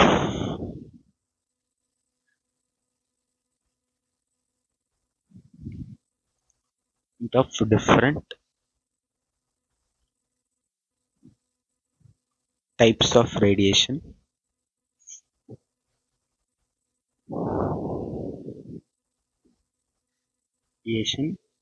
on a photographic இதான் வந்து ஸ்பெக்ட்ரம்க்கான ஜென்ரல் மீனிங். ஸோ வந்து ஒரு டிஃப்ரெண்ட் டைப்ஸ் ஆஃப் வேவ் லென்த்தில் உள்ள இந்த லைட் கலர்ஸ் ரேடியேஷன்ஸை ஒரு ஃபோட்டோகிராஃபிக் பிளேட் மாதிரி ஒரு ஒரு பிளேட்டில் வந்து ஸ்டோர் பண்ணி வைக்கிறது தான் நம்ம வந்து ஸ்பெக்ட்ரம்னு சொல்லுவோம். ஸோ வந்து இது ஃபார் எக்ஸாம்பிள் நான் இங்கே ஒரு டயக்ராம் மாதிரி வரைகிறேன். ஸோ வரைஞ்சிட்டு நான் உங்களுக்கு ப்ளே பண்ணுறேனே. ஸோ ஓகே கைஸ், நான் வந்து அந்த டயக்ராம் ப்ரிசம் அந்த இது ஸ்பெக்ட்ரம் டயக்ராம் வரைஞ்சிட்டேன்.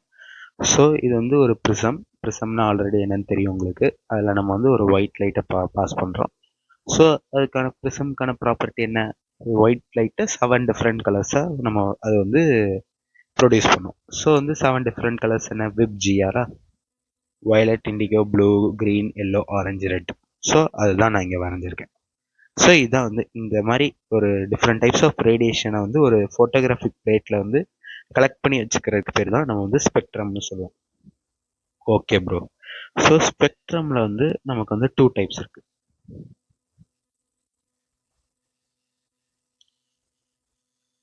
ஸ்பெக்ட்ரமில் நமக்கு வந்து 2 டைப்ஸ் இருக்கு.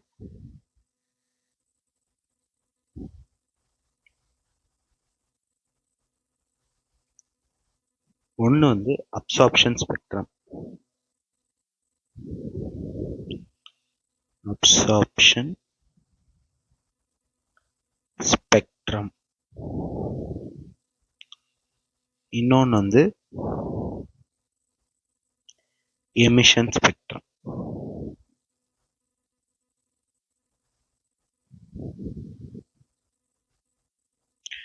ஓகே,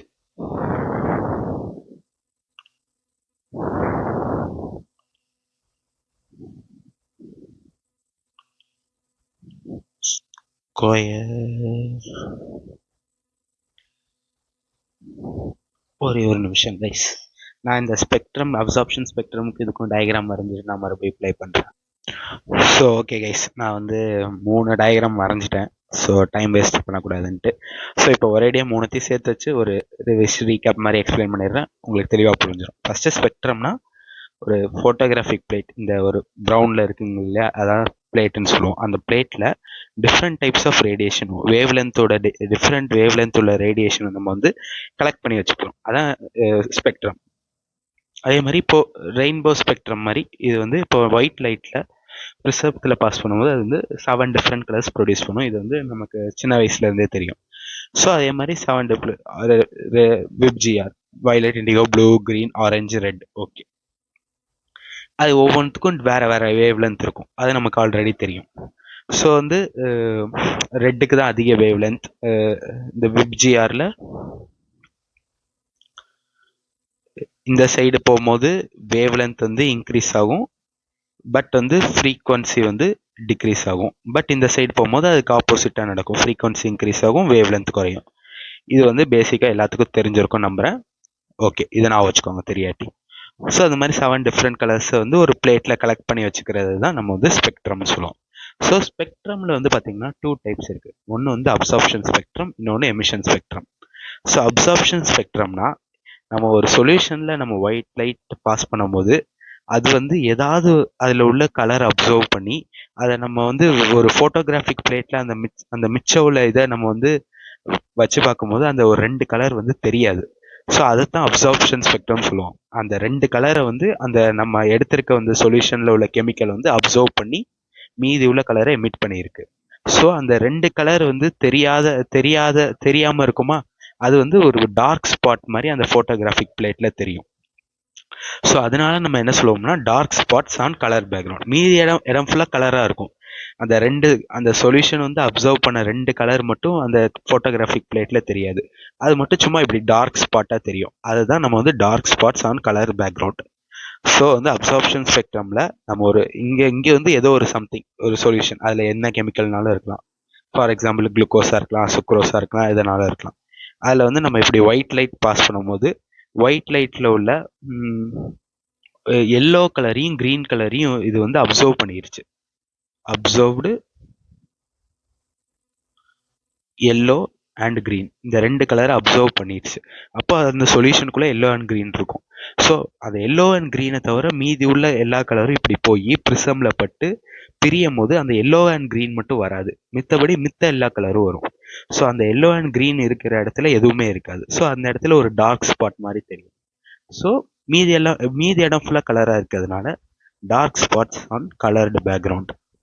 ஸோ அதே மாதிரி எமிஷன் ஸ்பெக்ட்ரம், அப்சார்ப்ஷன் ஸ்பெக்ட்ரம் இப்போ உங்களுக்கு புரிஞ்சிருக்கும் நம்புகிறேன். ஸோ அதே மாதிரி எமிஷன் ஸ்பெக்ட்ரம் பார்க்கும்போது corresponds to emission of radiation. So நான் இந்த இடத்துல ஒரு கிளாஸ் டியூப்ல ஒரு ஹைட்ரஜன் கேஸ் உள்ள இது வந்து நான் சும்மா ஒரு எடுத்து வச்சிருக்கேன். அதில் ஒரு எலக்ட்ரானிக் டிரான்சிஷன் ஃபர்ஸ்ட் இந்த ஸ்பெக்ட்ரம் வந்து இந்த கலர்லாம் எப்படி உருவாகுது அப்படிங்கிறத நான் இன்னும் மறுபடியும் சொல்கிறேன். அது வந்து ஹைட்ரஜன் ஸ்பெக்ட்ரம் பார்த்தா தெளிவாக புரியும். அதாவது சிம்பிள் கான்செப்ட் என்னன்னா, இந்த சொல்யூஷனில் உள்ள ஆட்டம்ஸ் இருக்குமா, அந்த ஆட்டம் சுற்றி எலக்ட்ரான்ஸ் இருக்குமா.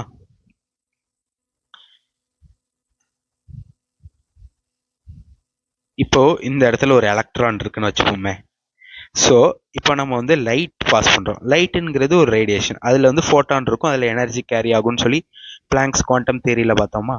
ஸோ இது which are something as energy. So இந்த எனர்ஜி இந்த எலக்ட்ரானில் படும் போது நான் ஆல்ரெடி என்ன சொன்னேன், எப்போ அந்த எலக்ட்ரானுக்கு ஒரு எனர்ஜி கிடைச்சி அதை அப்சர்வ் பண்ணுதோ அது வந்து ஒரு ஆர்பிட்டில், இந்த இடத்துல இருக்க இன்னும் 2வது ஆர்பிட், ஒரு ஆர்பிட்டை விட்டு இன்னொரு ஆர்பிட்டுக்கு வந்து அது வந்து ஜம்ப் பண்ணணும்னு சொல்லியிருக்கேன். எப்போ அந்த எனர்ஜி வந்து அப்சர்வ் பண்ணும்போது அந்த எனர்ஜி வந்து எது மூலியமாகவும் இருக்கலாம். இந்த கேஸில் லைட் மூலியமா இருக்கு. ஸோ லைட்லேயும் எனர்ஜி இருக்கும். அந்த எனர்ஜி வச்சு எலக்ட்ரான் வந்து ஒரு ஆர்பிட்லேருந்து ஒரு ஆர்பிட்டுக்கு ஜம்ப் ஆகும். ஸோ அதே மாதிரி இங்கே நடந்திருக்கலாம். இங்கே உள்ள ஆட்டம்ஸில் உள்ள எலக்ட்ரான்ஸ்லாம் இங்கே ஒயிட் லைட்டில் உள்ள yellow and specifically yellow and க்ரீனில் உள்ள எனர்ஜியை யூஸ் பண்ணி எலக்ட்ரான்ஸ்லாம் வந்து எக்ஸைட் ஆகிருக்கும். ஸோ அந்த ரேடியேஷன் வந்து எலக்ட்ரான்ஸ் அப்சர்வ் பண்ணி வச்சுருக்கும். ஸோ அது வந்து வெளியே வராமல் இந்த மாதிரி ஸ்பெக்ட்ரமில் வந்து அந்த 2 இடமும் பிளாங்காக இருக்கலாம்.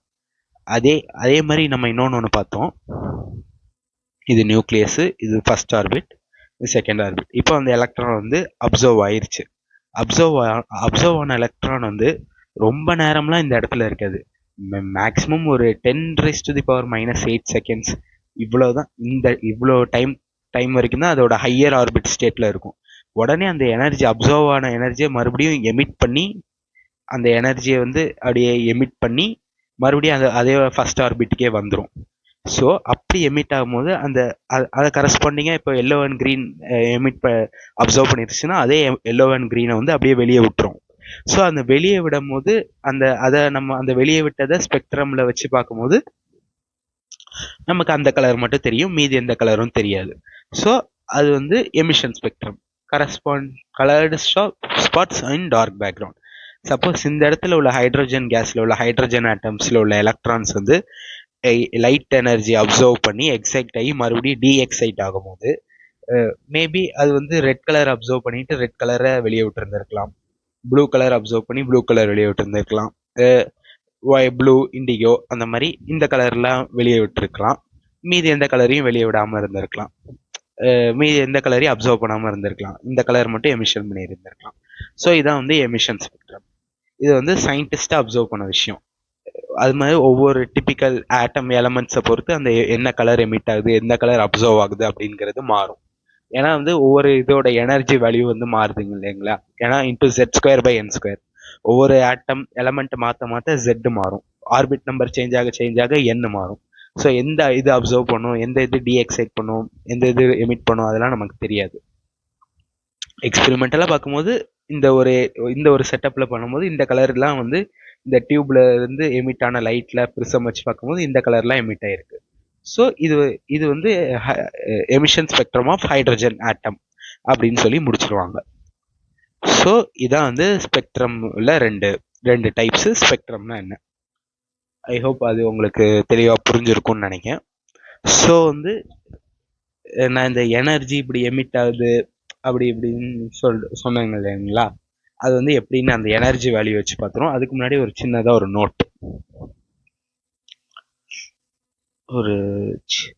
நோட் மாதிரி இங்கே சைடில் இந்த சைடில் எழுதி கீழே உள்ள தனி ஸ்லைடில் எழுதிடுறேனே. ஓகே, நோட்டில் வந்து ஃபர்ஸ்ட் நம்ம பார்க்க போகிற நோட் என்னன்னா, okay, band spectrum and line spectrum. Okay, அது ஜஸ்ட் ஒன்றும் இல்லை. பேண்ட் ஸ்பெக்ட்ரம்னா இந்த மாதிரி ஒரு சின்ன ஒரு பேண்ட் மாதிரி ஒரு ஸ்ட்ரிப் மாதிரி இருக்குங்க இல்லைங்களா, இது வந்து பேண்ட் ஸ்பெக்ட்ரம். இதே லைன் ஸ்பெக்ட்ரம்னா இதே இந்த போட்டோகிராஃபிக் பிளேட்ல இப்படி சும்மா ஒரு சின்னதா ஒரு ரெட் லைன், ஒரு எல்லோ லைன், அந்த மாதிரி ஒரு லைன் மாதிரி இருக்கும். அதான், வேற ஒன்றும் பெரிய வித்தியாசம் இல்லை. பேண்டுனா ஒரு சின்ன இப்படி ஒரு பேண்ட் மாதிரி, அது வந்து அதுக்கு பேர் தான் band and line spectrum. So அது வச்சு ஒரு இம்பார்ட்டன்ட் நோட் என்னன்னா, band spectra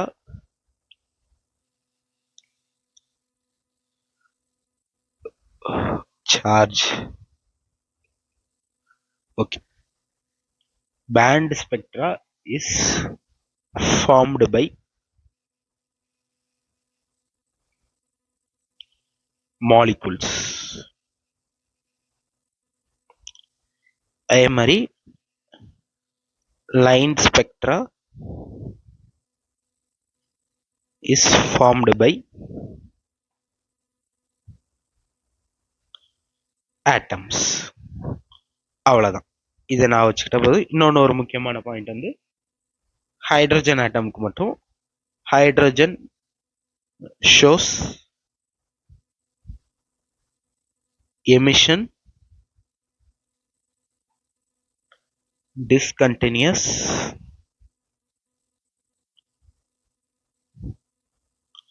and line spectrum.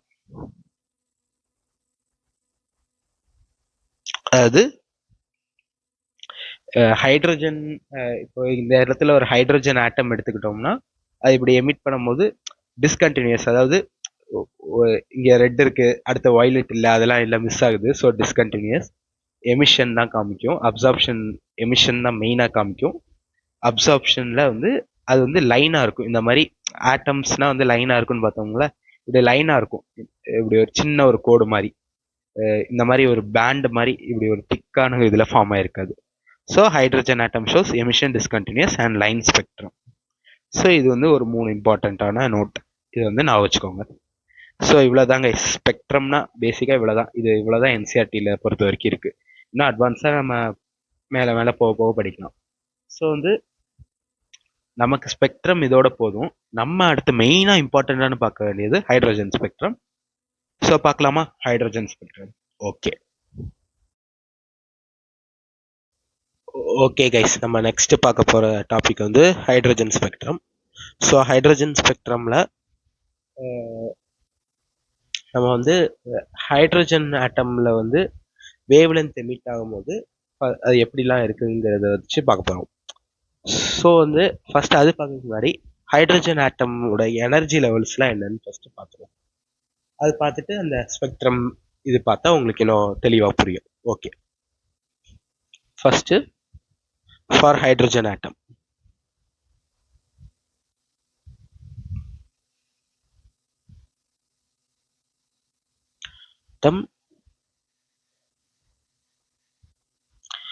Energy levels,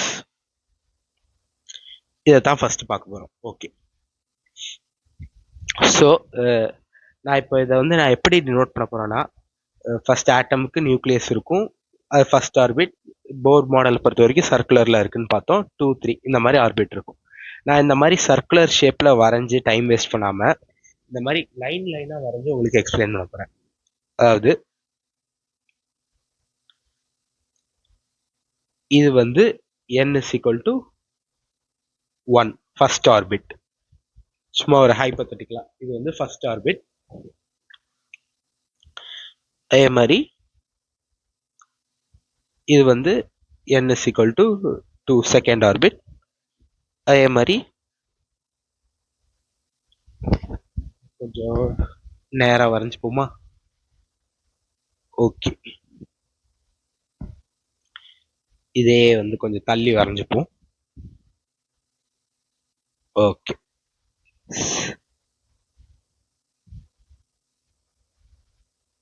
copy பண்ணி பேஸ்ட் பண்ணிடுவோம். Okay.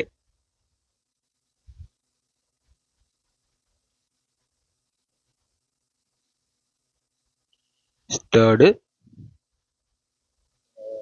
Fourth, first, second, third, fourth, fourth, அதுக்கு அடுத்தது லாஸ்டா ஒரு infinity orbit. Okay okay guys, நான் வந்து அந்த ஃபர்ஸ்ட் நான் சும்மா இப்படி இருந்து இப்படி சர்க்கிளா வரையறதுக்கு பதிலாக இந்த மாதிரி எழுதிக்கிட்டேன், உங்களுக்கு இன்னும் பெட்டரா அண்டர்ஸ்டாண்ட் ஆகும் காண்டி. ஸோ இது வந்து செகண்ட் ஆர்பிட், இது வந்து தேர்ட் ஆர்பிட், இது வந்து ஃபோர்த் ஆர்பிட், இது வந்து n is equal to infinity. ஒரு இன்ஃபைனைட், ஒரு ஆட்டம் சுற்றி இன்ஃபைனைட் ஆர்பிட்ஸ் இருக்கலாம், எவ்வளோ நாள் ஆர்பிட்ஸ் இருக்கலாம். ஓகே, ஸோ நம்ம ஆல்ரெடி பார்த்தோம் இந்த எனர்ஜிக்கான ஃபார்முலா என்னன்னு பார்த்தோம். எனர்ஜிக்கான ஃபார்முலா nth போர் ஆர்பிட் வந்து -13.6 into z square by n square electron volt. Okay, இது வந்து யூனிட்ல பார்த்தோம். ஸோ இங்கே ஹைட்ரஜன் ஆட்டமுக்கு தான் நம்ம பார்க்குறோம். ஹைட்ரஜன் ஆட்டமுக்கு z வந்து 1. ஸோ இந்த இடத்துல வெறும் 1 ஸ்கொயர் தான். இந்த n வேல்யூ தான் நீ ஒவ்வொன்றா மாற்ற. இப்போ சப்போஸ் ஃபர்ஸ்ட் ஆர்பிட்னா n வந்து 1. ஸோ அப்போ இந்த இடத்துல எனர்ஜியோட வேல்யூ வந்து என்ன வரும்னு பார்த்தீங்கன்னா -13.6 எலக்ட்ரான் வோல்ட்டா வரும். ஸோ அதே மாதிரி second ஆர்பிட்லனா n is equal to 2. அப்போ 2 ஸ்கொயர்னா 4. அப்போ -13.6/4. இதை கேன்சல் பண்ணி பார்த்தீங்கன்னா 3.4ன்னு வரும். ஸோ செகண்ட் ஆர்பிட்டுக்கான எனர்ஜியோட வேல்யூ வந்து 3.4 எலக்ட்ரான் வோல்ட். அதே மாதிரி தேர்ட் ஆர்பிட்டுக்கு நீங்கள் கால்குலேட் பண்ணி பார்த்தீங்கன்னா -1.51 எலக்ட்ரான் வோல்ட்னு வரும். அதே மாதிரி ஃபோர்த் ஆர்பிட்டுக்கு -0.85 எலக்ட்ரான் வோல்ட்னு வரும். ஸோ இந்த ஃபர்ஸ்ட் 4 ஆர்பிட்டுக்கான வேல்யூவை வந்து நீங்க வந்து கண்டிப்பா பை ஹார்ட்டா மனப்பாடம் பண்ணி வச்சிருக்கணும். It is very important. Okay, அதே மாதிரி அட் இன்ஃபினிட்டியில வந்து இதுக்கு வந்து 0 எலக்ட்ரான் வோல்ட் இருக்கும். ஏன்னா இங்க n வந்து இன்ஃபினிட்டின்னு போட்டிங்கன்னா எனிதிங் டிவைடட் பை இன்ஃபினிட்டி வந்து இன்ஃபினிட்டி தான். ஸோ வந்து ஒரு மேக்ஸிமம் அந்த எலக்ட்ரானோட ஃப்ரீ பவுண்ட் ஸ்டேட்ல அதோட எனர்ஜி, மேக்ஸிமம் எனர்ஜி எவ்வளோ இருக்க முடியும்னா 0 எலக்ட்ரான் வோல்ட்டா தான் இருக்க முடியும், ஆர் 0 ஜூல்ஸ். ஓகே, கிரவுண்ட் ஸ்டேட்ல அதாவது நியூக்ளியஸ் ஒட்டி இருக்கும் போது -13.6 எலக்ட்ரான் வோல்ட்டா இருக்கும் in case of hydrogen atom. அது ஓகே. ஸோ இதான் ஹைட்ரஜன் ஆட்டமோட எனர்ஜி லெவல்ஸ். இதுல வந்து எனர்ஜி டிஃபரன்ஸ் லெவலும் நான் வச்சுக்கணும். ஸோ நீங்க ஃபர்ஸ்ட் ஆர்பிட்டுக்கும் இந்த இதுக்கும் energy difference delta E magnitude wise, வெறும் மேக்னிடியூட் மட்டும் வச்சு பார்த்தோம்னா 10.2 எலக்ட்ரான் வோல்ட் வரும் மேக்னிடியூட் வைஸ். ஸோ இதுக்கான மீனிங் என்னன்னா, இந்த இடத்துல உள்ள எலக்ட்ரான் இந்த செகண்ட் ஆர்பிட்டுக்கு ஜம்ப் ஆகணும்னா நீங்க வந்து இன்கேஸ் லைட் ஒரு எனர்ஜி வந்து 10.2 எலக்ட்ரான் வோல்ட் எனர்ஜி நீங்க கொடுத்தீங்கன்னா தான் இந்த எலக்ட்ரான் வந்து கிரவுண்ட் ஸ்டேட்ல இருந்து மேல n is equal to 2க்கு வந்து இதாகும். அதே இங்க இருக்கிற எலக்ட்ரான் வந்து இந்த இடத்துக்கு வந்து விழணும்னா அது வந்து ஒரு லைட் ரேடியேஷன் 10.2 எலக்ட்ரான் வோல்ட் உள்ள எனர்ஜி உள்ள லைட் ரேடியேஷன் வந்து எமிட் பண்ணும். ஸோ இதான் மீனிங். ஸோ இதுல வந்து ஒரு இம்பார்ட்டன்டான இது இந்த n is equal to 1 வந்து கிரவுண்ட் ஸ்டேட்னு சொல்லுவாங்க. நியூக்ளியஸ் கிட்ட ஒட்டி இருக்கிறத கிரவுண்ட் ஸ்டேட்னு சொல்லுவாங்க. அதே மாதிரி இந்த n is equal to 2 வந்து ஃபர்ஸ்ட் எக்ஸைட்டட் ஸ்டேட்னு சொல்லுவாங்க.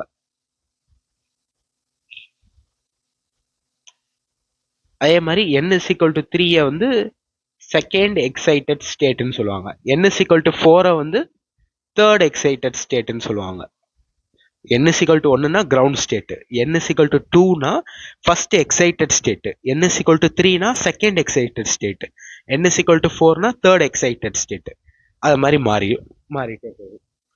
ஸோ அதே மாதிரி இது ரெண்டுத்துக்கான கேப் டிஃபரன்ஸ் 10.2 எலக்ட்ரான் வோல்ட், இதை மட்டும் நான் வச்சுக்கிட்டா போதும்.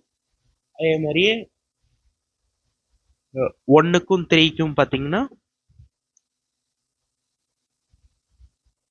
Energy difference magnitude wise 12.09 electron volt. அதே மாதிரி n is equal to 2க்கும் 3க்கும் இது ரெண்டுத்துக்கும் energy difference magnitude wise calculate பண்ணீங்கன்னா 1.89 வரும். இந்த மாதிரி. ஸோ இந்த இடத்துல ஒரு இம்பார்ட்டண்ட்டான நோட் ஒன்று எழுதிடுறேன். இதில் எழுதும்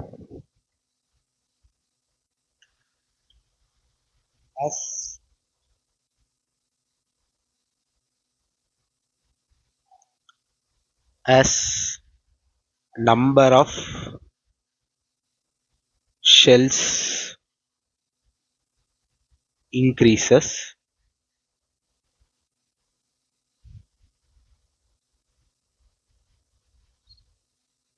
number of shells increases, the energy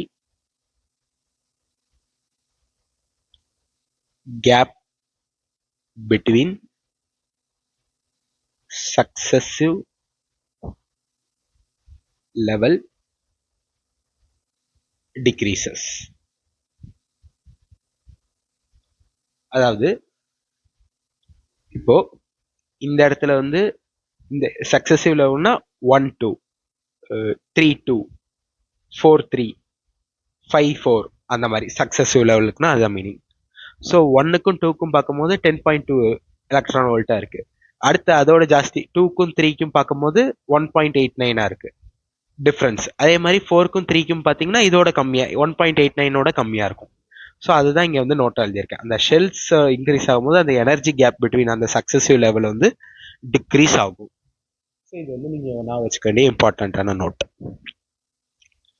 so இன்னொரு ஷார்ட் ரீகேப் மாதிரி சொல்லிக்கிறேன். இங்கே இருக்கிற எலக்ட்ரான் வந்து ஃபர்ஸ்ட் ஆர்பிட் கிரவுண்ட் ஸ்டேட்ல இருந்து ஃபர்ஸ்ட் எக்ஸைட்டட் ஸ்டேட்டுக்கு இங்கேருந்து இங்கே போகணும்னா இதுக்கு வந்து நம்ம ஒரு லைட் ரேடியேஷன் கொடுக்கணும். அந்த லைட் ரேடியேஷனோட எனர்ஜியோட வேல்யூ எப்படி இருக்கணும்னா இதோட எனர்ஜி டிஃபரன்ஸ்க்கு வேல்யூக்கு ஈக்குவலாக இருக்கணும். ஸோ அது வந்து 10.2 எலக்ட்ரான் வோல்ட்டுக்கு ஈக்குவலாக இருக்கணும். அதே மாதிரி இங்கே இருக்கிற எலக்ட்ரான் வந்து இந்த இடத்துக்கு வருதுன்னா ஒரு லைட் எனர்ஜியை வந்து எமிட் பண்ணும். அந்த லைட் எனர்ஜி எமிட் பண்ணோட எனர்ஜியோட வேல்யூ எவ்வளோ இருக்குன்னா 10.2 எலக்ட்ரான் வோல்ட் எனர்ஜியை வந்து வெளியே தரும். இதுவே இங்கேருந்து இங்கே போகணும்னா நம்ம வந்து 10.2 எலக்ட்ரான் வோல்ட் எனர்ஜி வந்து கொடுக்கணும். ஸோ அது வந்து உங்களுக்கு அண்டர்ஸ்டாண்ட் ஆகிருக்கும் நம்புகிறேன். ஸோ அது உங்களுக்கு புரிஞ்சிருக்கும் நம்புகிறேன். இதுலேயே வந்து நீங்கள் வந்து இது மாதிரி கொஷின்ஸ் சில இதுக்கு கேட்குறதுக்கு வாய்ப்பு இருக்குது. ஸோ அதை நான் நோட்டுன்னு போட்டு கீழே எழுதிக்கிறேன். இதில் வந்து டிஃப்ரெண்ட் டைப்ஸ் வந்து எப்படி கேட்பாங்கன்னா எலக்ட்ரான் வந்து 2லேருந்து 3க்கு எக்ஸைட் ஆகுது. அதுக்கு எனர்ஜி எவ்வளோ தேவைப்படும், அதுக்கான வேவ் லென்த் எவ்வளோ நம்ம கொடுக்கணும், அந்த மாதிரி கொஷின்ஸ் கேட்பாங்க. அது எப்படின்னு சொல்லி பின்னாடி எழுதுறேன். ஸோ அதுக்கு முன்னாடி இதை பேஸ் பண்ணி வேற மாதிரி எப்படிலாம் கேட்கலாங்கன்னா அயனைசேஷன் எனர்ஜி எவ்வளோ இருக்கும், எக்ஸைட்டேஷன் எனர்ஜி எப்படி இருக்கும், செப்பரேஷன் எனர்ஜி எப்படி இருக்கும்னு கேட்கலாம். ஸோ ஃபர்ஸ்ட் வந்து நம்ம இதில் வந்து பார்க்க போகிறது வந்து அயனைசேஷன் எனர்ஜி. இன்னைக்கு ஃபுல்லாக எனர்ஜி மட்டும் தான் பார்த்துருக்கோம். ஸோ இதை நல்லா பார்த்து இதுக்கான சம்ஸ் போட்டு பார்த்துருங்க. ஓகே, ஃபர்ஸ்ட் அயனைசேஷன் எனர்ஜினா இட் மீன்ஸ்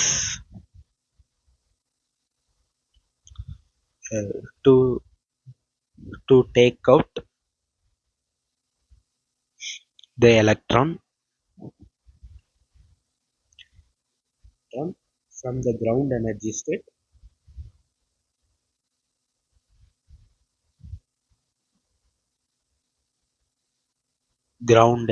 state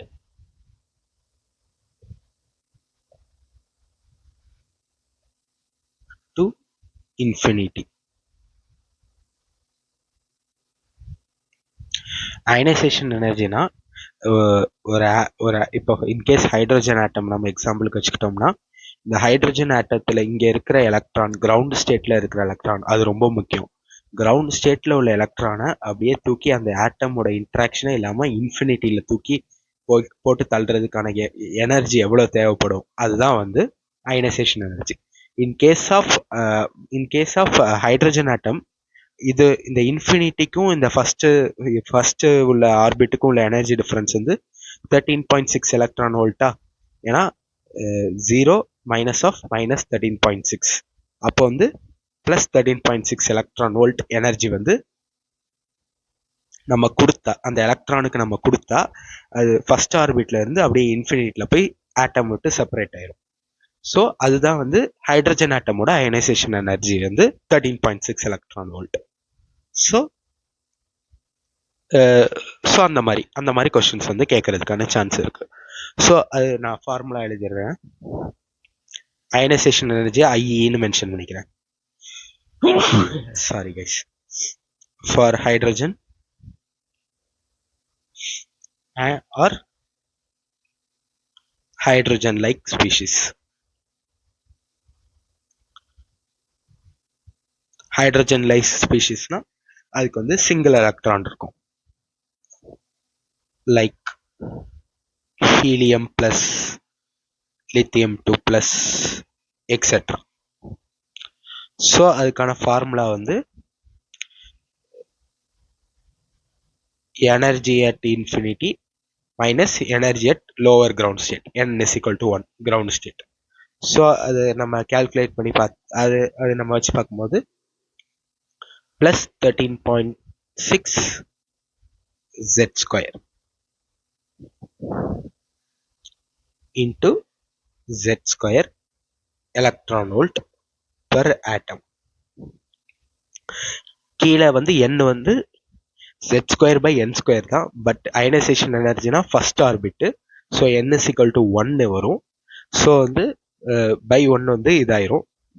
ஸோ இது எப்படி வரும்னா எனர்ஜி அட் இன்ஃபினிட்டி வந்து 0 எலக்ட்ரான் வோல்ட்டா, எனர்ஜி அட் 1 என்ன வரும் மைனஸ் 13.6 இன்டூ z²/n². n வந்து இங்கே வந்து 1, z வந்து ஒவ்வொரு ஆட்டம் பொறுத்து மாறும். ஹீலியம்னா வேற n is equal to 2, லித்தியம்னா n is equal to 3. So அதனால இங்கே minus of minus plus, so plus 13.6 into z² electron volt per atom unit. இங்க வந்து இந்த பிளஸ் அயனைசேஷன் எனர்ஜி எப்பவுமே பாசிட்டிவா தான் இருக்கணும். அயனைசேஷன் எனர்ஜி நெகட்டிவா இருக்க சான்ஸே கிடையாது. Ionisation energy will be always be positive, always positive. So இப்போ இன்கேஸ் ஹீலியமா இருந்தா இங்க z வந்து 2ன்னு போடுவீங்க. அப்போ 13.6 இன்டூ 2² 4, 13.6 இன்டூ 4 தான் ஆன்சர் வரும். ஸோ இதான் வந்து ஃபார்முலா. இது வந்து நான் வச்சுக்கோங்க. அதே மாதிரி சப்போஸ் இன்கேஸ் வந்து உங்களுக்கு வந்து ionisation energy for helium plus in kilo joule per மோல்னு கேட்டு இங்கே வந்து ஆன்சர் வந்து இன்கேஸ் ஒரு உதாரணத்துக்கு 27.2ன்னு வருதுன்னு வச்சுக்கோங்களேன். ஒரு எக்ஸாம்பிளுக்கு சொல்கிறேன். ஸோ இது வந்து எலக்ட்ரான் வோல்ட் பெர் ஆட்டம், கிலோ ஜூல் பெர் ஆட்டம் கேட்டாங்கன்னா இது கூட 27.2 கூட இன்டூ 96 போட்டுருங்க. ஏன்னா ஒரு electron volt per atom is equal to 96 kilo joule per mole. இது ஆல்ரெடி எப்படின்னு சொல்லி பார்த்துட்டோம். ஓகே, ஸோ இது வந்து ஃபர்ஸ்ட் அயனைசேஷன் எனர்ஜி. செகண்ட் வந்து எக்ஸைட்டேஷன் எனர்ஜி. அது பார்க்கறதுக்கு முன்னாடி செப்பரேஷன் எனர்ஜி பார்த்துருவோம். Separation energy, separation எனர்ஜினா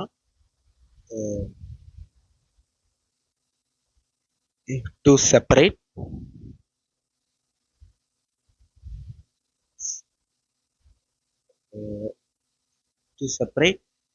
an electron from any excited state,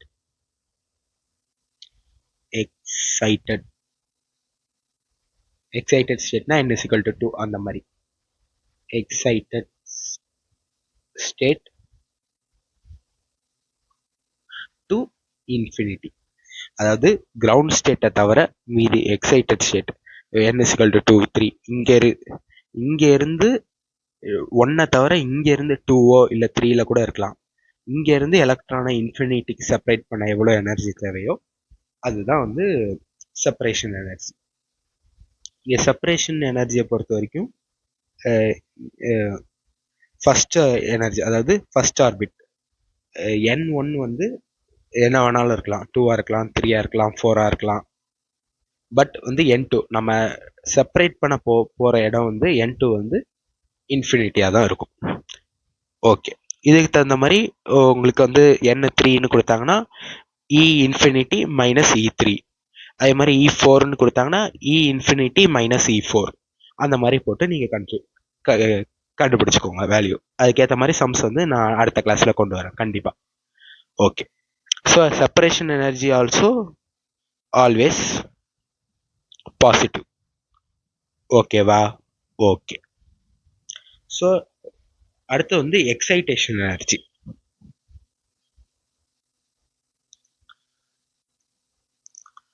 excitation energy. So excitation எனர்ஜினா ஒரு ஸ்டேட்ல இருந்து இன்னொரு ஸ்டேட்டுக்கு வந்து அதாவது எலக்ட்ரானை வந்து போக வைக்கிறதுக்கு எவ்வளோ எனர்ஜி தேவை, அதான் எக்ஸைட்டேஷன் எனர்ஜி. அது வந்து N1 வந்து 1 இருக்கலாம். சரி, எக்ஸைட்டேஷன் எனர்ஜி வந்து அப்படி சொல்லக்கூடாது. To excite electron from ground state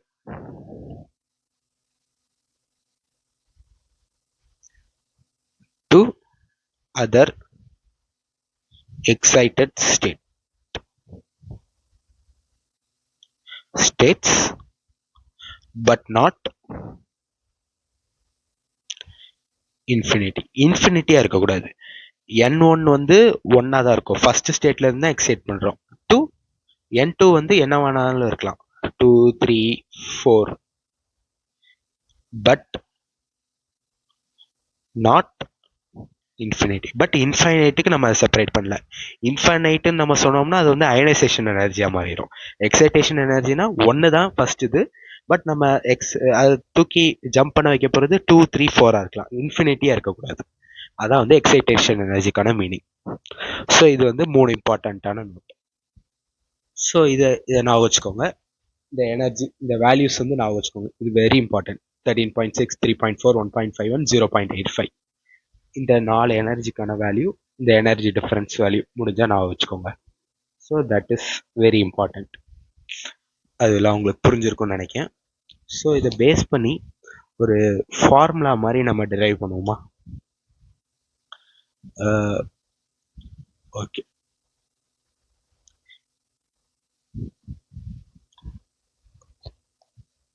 okay guys, நான் வந்து வரைஞ்சிட்டேன் ஹைட்ரஜன் ஸ்பெக்ட்ரம். இப்போ தான் நம்ம ஆக்சுவலாக ஹைட்ரஜன் ஸ்பெக்ட்ரம் என்னன்னு பார்க்க போகிறோம். ஸோ வந்து ஹைட்ரஜன் ஸ்பெக்ட்ரமில் ஃபர்ஸ்ட் நான் இங்கே மேலே டெஃபினேஷன் சின்னதாக எழுதியிருக்கேன், அதை மட்டும் கொஞ்சம் ஜூம் பண்ணி பார்த்துக்கோங்க பிடிஎஃப் ஃபைலில். ஸோ நான் எக்ஸ்பிளைன் பண்ணிடுறேன். இந்த எலக்ட்ரான் வந்து நம்ம இப்படி எக்ஸைட் பண்ணுறோம் பார்த்தீங்களா, இந்த வந்து இங்கேருந்து எனர்ஜி கொடுத்துட்டு இப்படி எக்ஸைட் பண்ணுறோம் பார்த்தீங்களா, அது எக்ஸைட் பண்ணிட்டு ஹையர் எனர்ஜி லெவலில் ஸ்டே பண்ணி ஒரு 10⁻⁸ செகண்ட், அதாவது very very very small second, இங்கே வெறும் ஒரு 10⁻⁸ செகண்ட் தான் ஸ்டே பண்ணும். ஸ்டே பண்ணிட்டு உடனே இங்கே திருப்பி மறுபடியும் கிரவுண்ட் ஸ்டேட்டுக்கு வந்து அந்த எலக்ட்ரான் வந்து விழுந்துடும். ஸோ அதுதான் எழுதியிருக்கேன். வெறும் 10⁻⁸ செகண்ட்ஸ்க்கு அங்கே இருந்துட்டு அந்த ஹையர் ஸ்டேட்ல இருந்துட்டு திருப்பி மறுபடியும் கிரவுண்ட் ஸ்டேட்டுக்கே ஃபால் ஆயிரும். அப்போ வந்து ஒரு எனர்ஜி, ஒரு லைட் வந்து ரேடியேஷன் வந்து எமிட் பண்ணும். அதுக்கு வந்து ஒரு சர்டைன் ஒவ்வொரு டைப் ஆஃப் எமிஷன், அந்த எக்ஸைட் ஆகிறத பொறுத்து ஒவ்வொரு type of wavelength of light வந்து ப்ரொடியூஸ் ஆகும். ஸோ வந்து அதை வந்து நம்ம ஸ்பெக்ட்ரமில் பார்க்கும்போது ஒரு டிஃப்ரெண்ட் கலர் பேட்டர்னில் வந்து நமக்கு வந்து ஸ்பெக்ட்ரம் கிடைக்கும். அதுதான் வந்து நம்ம ஹைட்ரஜன் ஸ்பெக்ட்ரம்னு சொல்லுவோம். ஸோ அந்த ஹைட்ரஜன் ஸ்பெக்ட்ரமில் மொத்தம் வந்து ஒரு 5 டைப்ஸ் ஆஃப் ஸ்பெக்ட்ரம் சீரீஸ் மாதிரி இருக்கு. ஸோ அதுதான் நம்ம இப்போ வரிசையாக பார்க்க போகிறோம். ஸோ அதில் பார்த்தீங்கன்னா ஃபர்ஸ்ட் வந்து லைமன் சீரீஸ். ஓகே, அது லைமன் சீரீஸ்னா ஒரே நான் வரைஞ்சுக்கிறேன்.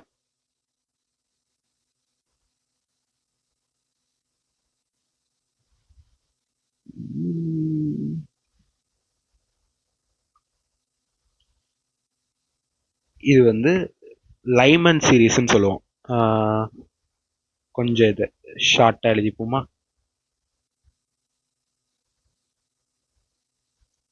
ஓகே,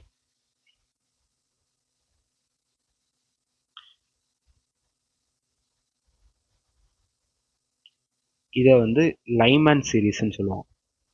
அதாவது லைமன் சீரீஸ்க்கு என்ன அர்த்தம்னா, ஒரு எலக்ட்ரான் வந்து இன்ஃபினைட்ல இருக்கலாம், n=6ல இருக்கலாம், n=7ல இருக்கலாம், n=7ல இருக்கலாம், n=5ல இருக்கலாம், n=4 எதுலனாலும் இருக்கலாம். பட் அது எக்ஸைட் ஆன ஸ்டேட்ல இருந்து திருப்பி ஃபால் ஆகிற ஸ்டேட் வந்து n=1 இருந்துச்சுன்னா அதை வந்து நம்ம வந்து லைமன் சீரீஸ்ன்னு சொல்லுவோம். அந்த இடத்துல வர வேவ் லென்த்தோட ரேடியேஷன் வந்து இந்த இடத்துல இருந்து வரோட வேவ் லென்த்தோட ரேடியேஷன் வந்து லைமன் சீரீஸ்ல வந்து ஃபாலோ ஆகும். அது அது எப்படி லைமன் சீரீஸ்னா வந்து அல்ட்ரா வயலட் ரீஜன் சொல்லுவோம். அதாவது எப்படின்னா, இப்படி ஒவ்வொரு சயின்டிஸ்ட்டும் வந்து இந்த ஒவ்வொரு ஹைட்ரஜன் ஸ்பெக்ட்ரம் வந்து டிஃப்ரெண்ட் டைம்ஸில் பார்த்துருப்பாங்க. பார்க்கும்போது அதில் வந்து அந்த எலக்ட்ரான் வந்து எக்ஸைட் ஆகும்போது அந்த வேவ் லென்த் அந்த ஃபோட்டோகிராஃபிக் பிளேட்டில் ரேடியேஷன் வச்சு வேவ் லென்த் கால்குலேட் பண்ணும்போது ஒவ்வொரு வாட்டியும் ஒவ்வொரு வேவ் லென்த் வேல்யூ வந்திருக்கும். ஸோ வந்து அதெல்லாம் அவங்க ஒரு டிவைஸில் வச்சு கால்குலேட் பண்ணும்போது ஒவ்வொரு இந்த ரேஞ்சுக்குள்ளே இருக்கிறது அல்ட்ரா வயலட், இந்த ரேஞ்சில் இருக்கிறது வந்து விசிபிள் ரீஜியனில் வேவ் லென்த் வந்து எமிட் ஆயிருக்கு, அல்ட்ரா வயலட்டில் எமிட் ஆயிருக்கு, இன்ஃப்ராரெட்டில் எமிட் ஆயிருக்கு. அதை வச்சு ஒவ்வொரு சயின்டிஸ்ட்டும் வந்து ஒவ்வொரு டைப் ஆஃப் சீரீஸ் வந்து ஹைட்ரஜன் ஆட்டம்க்கு உருவாக்கியிருப்பாங்க. அதுதான் நம்ம பார்க்க போகிறோம். ஸோ எப்பெல்லாம் இந்த எலக்ட்ரான் வந்து ஏதோ ஒரு இன்ஃபைனைட் ஸ்டேட் இல்லை 6 இல்லை 5ல இருந்து எப்போ அது வந்து 1க்கு விழுதோ அப்போ அது எமிட் பண்ணுற ரேடியேஷனில் உள்ள வேவ் லென்த் வந்து அல்ட்ரா வயலட் யூவி ரீஜியனில் இருந்துச்சு. அந்த யூவி ரீஜியனில் வேவ் லென்த் இருந்ததை கண்டுபிடிச்ச சயின்டிஸ்ட் வந்து லைமன். ஸோ இந்த மாதிரி வர ரேடியேஷனை வந்து லைமன் சீரீஸ்ன்னு சொல்லி அவர் பேர் வச்சுட்டார். அதான் சிம்பிளான லைமன் சீரீஸ்க்கான மீனிங். ஸோ இதே மாதிரியே நம்ம நெக்ஸ்ட் பார்க்க போகிறது வந்து பால்மர் சீரீஸ். அது வந்து n=infinity எதா வேணாலும் இருக்கலாம், பட் விழுற இடம் வந்து n=2 இருக்கும்.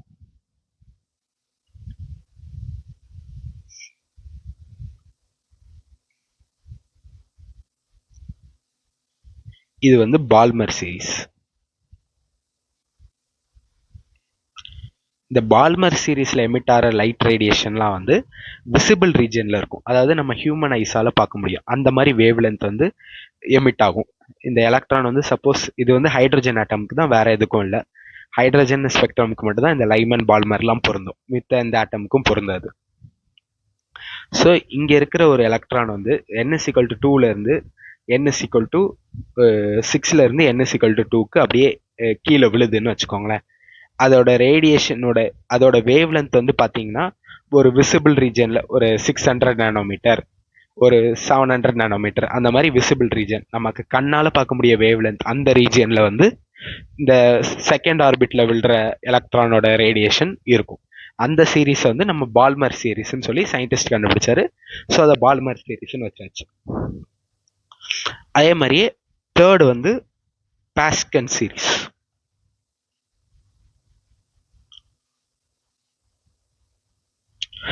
சாரி,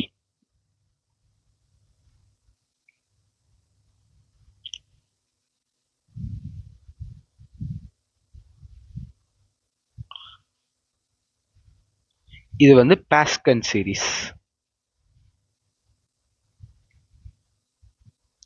அதாவது எந்த ஆர்பிட்டாலும் இருக்கலாம், பட் விழுற ஆர்பிட் வந்து n=3 தேர்ட் ஆர்பிட்டா தான் இருக்கணும். அப்படி விழுற எலக்ட்ரான் வந்து ஒரு type of radiation emission wavelength create பண்ணும். அதெல்லாம் ஒரே ஸ்பெக்ட்ரம் ஒரே ரீஜியனுக்குள்ள விழும். அது வந்து இன்ஃப்ராரெட். ஸோ அந்த மாதிரி வர ரீஜியனை வந்து பாஸ்கன் சீரீஸ்ன்னு பாஸ்கன் கண்டுபிடிச்சாரு. அதுக்கு வந்து பாஸ்கன் சீரீஸ்ன்னு பேர் வச்சுட்டாரு. அதே மாதிரியே அடுத்து வந்து ஆரஞ்சில் எழுதுவோமா? ஓகே.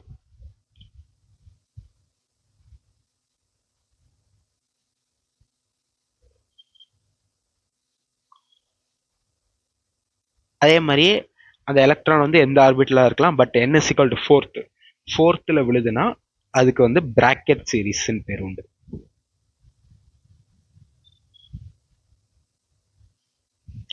அதுவும் ஒரு டைப் ஆஃப் சீரீஸ். அந்த ரேஞ்ச் வேவ் லென்த்ல பிராக்கெட்டுங்கிற சயின்டிஸ்ட் வருதுன்னு கண்டுபிடிச்சாரு. அதனால அந்த ரேஞ்சில் வர லைட் ரேடியேஷன் ஹைட்ரஜன்லேருந்து வரதெல்லாம் பிராக்கெட் சீரீஸ்ன்னு பேர் வச்சுட்டாங்க.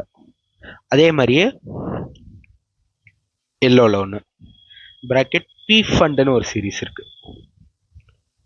4 வரைக்கும் பார்த்துட்டோமா, அடுத்த 5.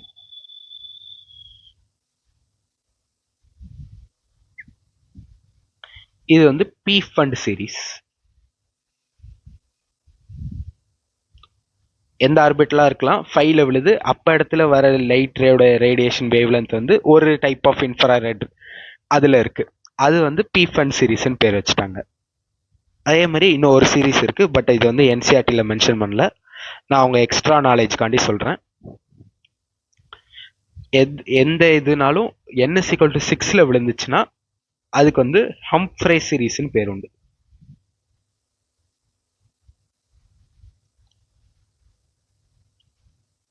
ஸோ இது வந்து நீங்கள் மெயினாக நான் வச்சுக்க வேண்டிய விஷயம். ஸோ இதை நான் வந்து சின்னதாக இங்கே ஒரு பாக்ஸ் மாதிரி போட்டு எழுதிடுறேன். ஃபர்ஸ்ட் எப்படி போடும்,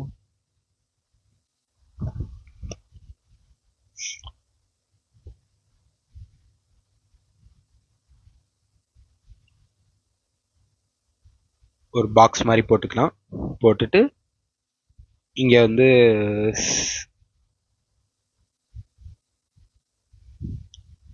சீரீஸு, இது வந்து n1, இது வந்து n1, இது n2, அந்த வேவ் லென்த் எமிட்டார ரீஜன். ஓகே, ஸோ பாக்ஸ் வரைஞ்சாச்சு. ஸோ ஓகே, சீரீஸு n1, n1னா n1னா எப்படி சொல்றது, எந்த இடத்துல விழப்போகுது. n2னா எந்த இடத்துல இருந்து வந்துச்சு, அதோட ரீஜியன் எந்த ரீஜியன்ல இருக்கு. மேலே எழுதிடுறேன். n1னா கோயிங் டு ஃபால், அப்படி எழுதிடலாமா. n2னா ஃப்ரம் வேர். ஓகே, இந்த மாதிரி எழுதினா ஈஸியாக இருக்கும்னு நினைக்கிறேன். ஸோ இதில் வந்து லைமன், பால்மர்,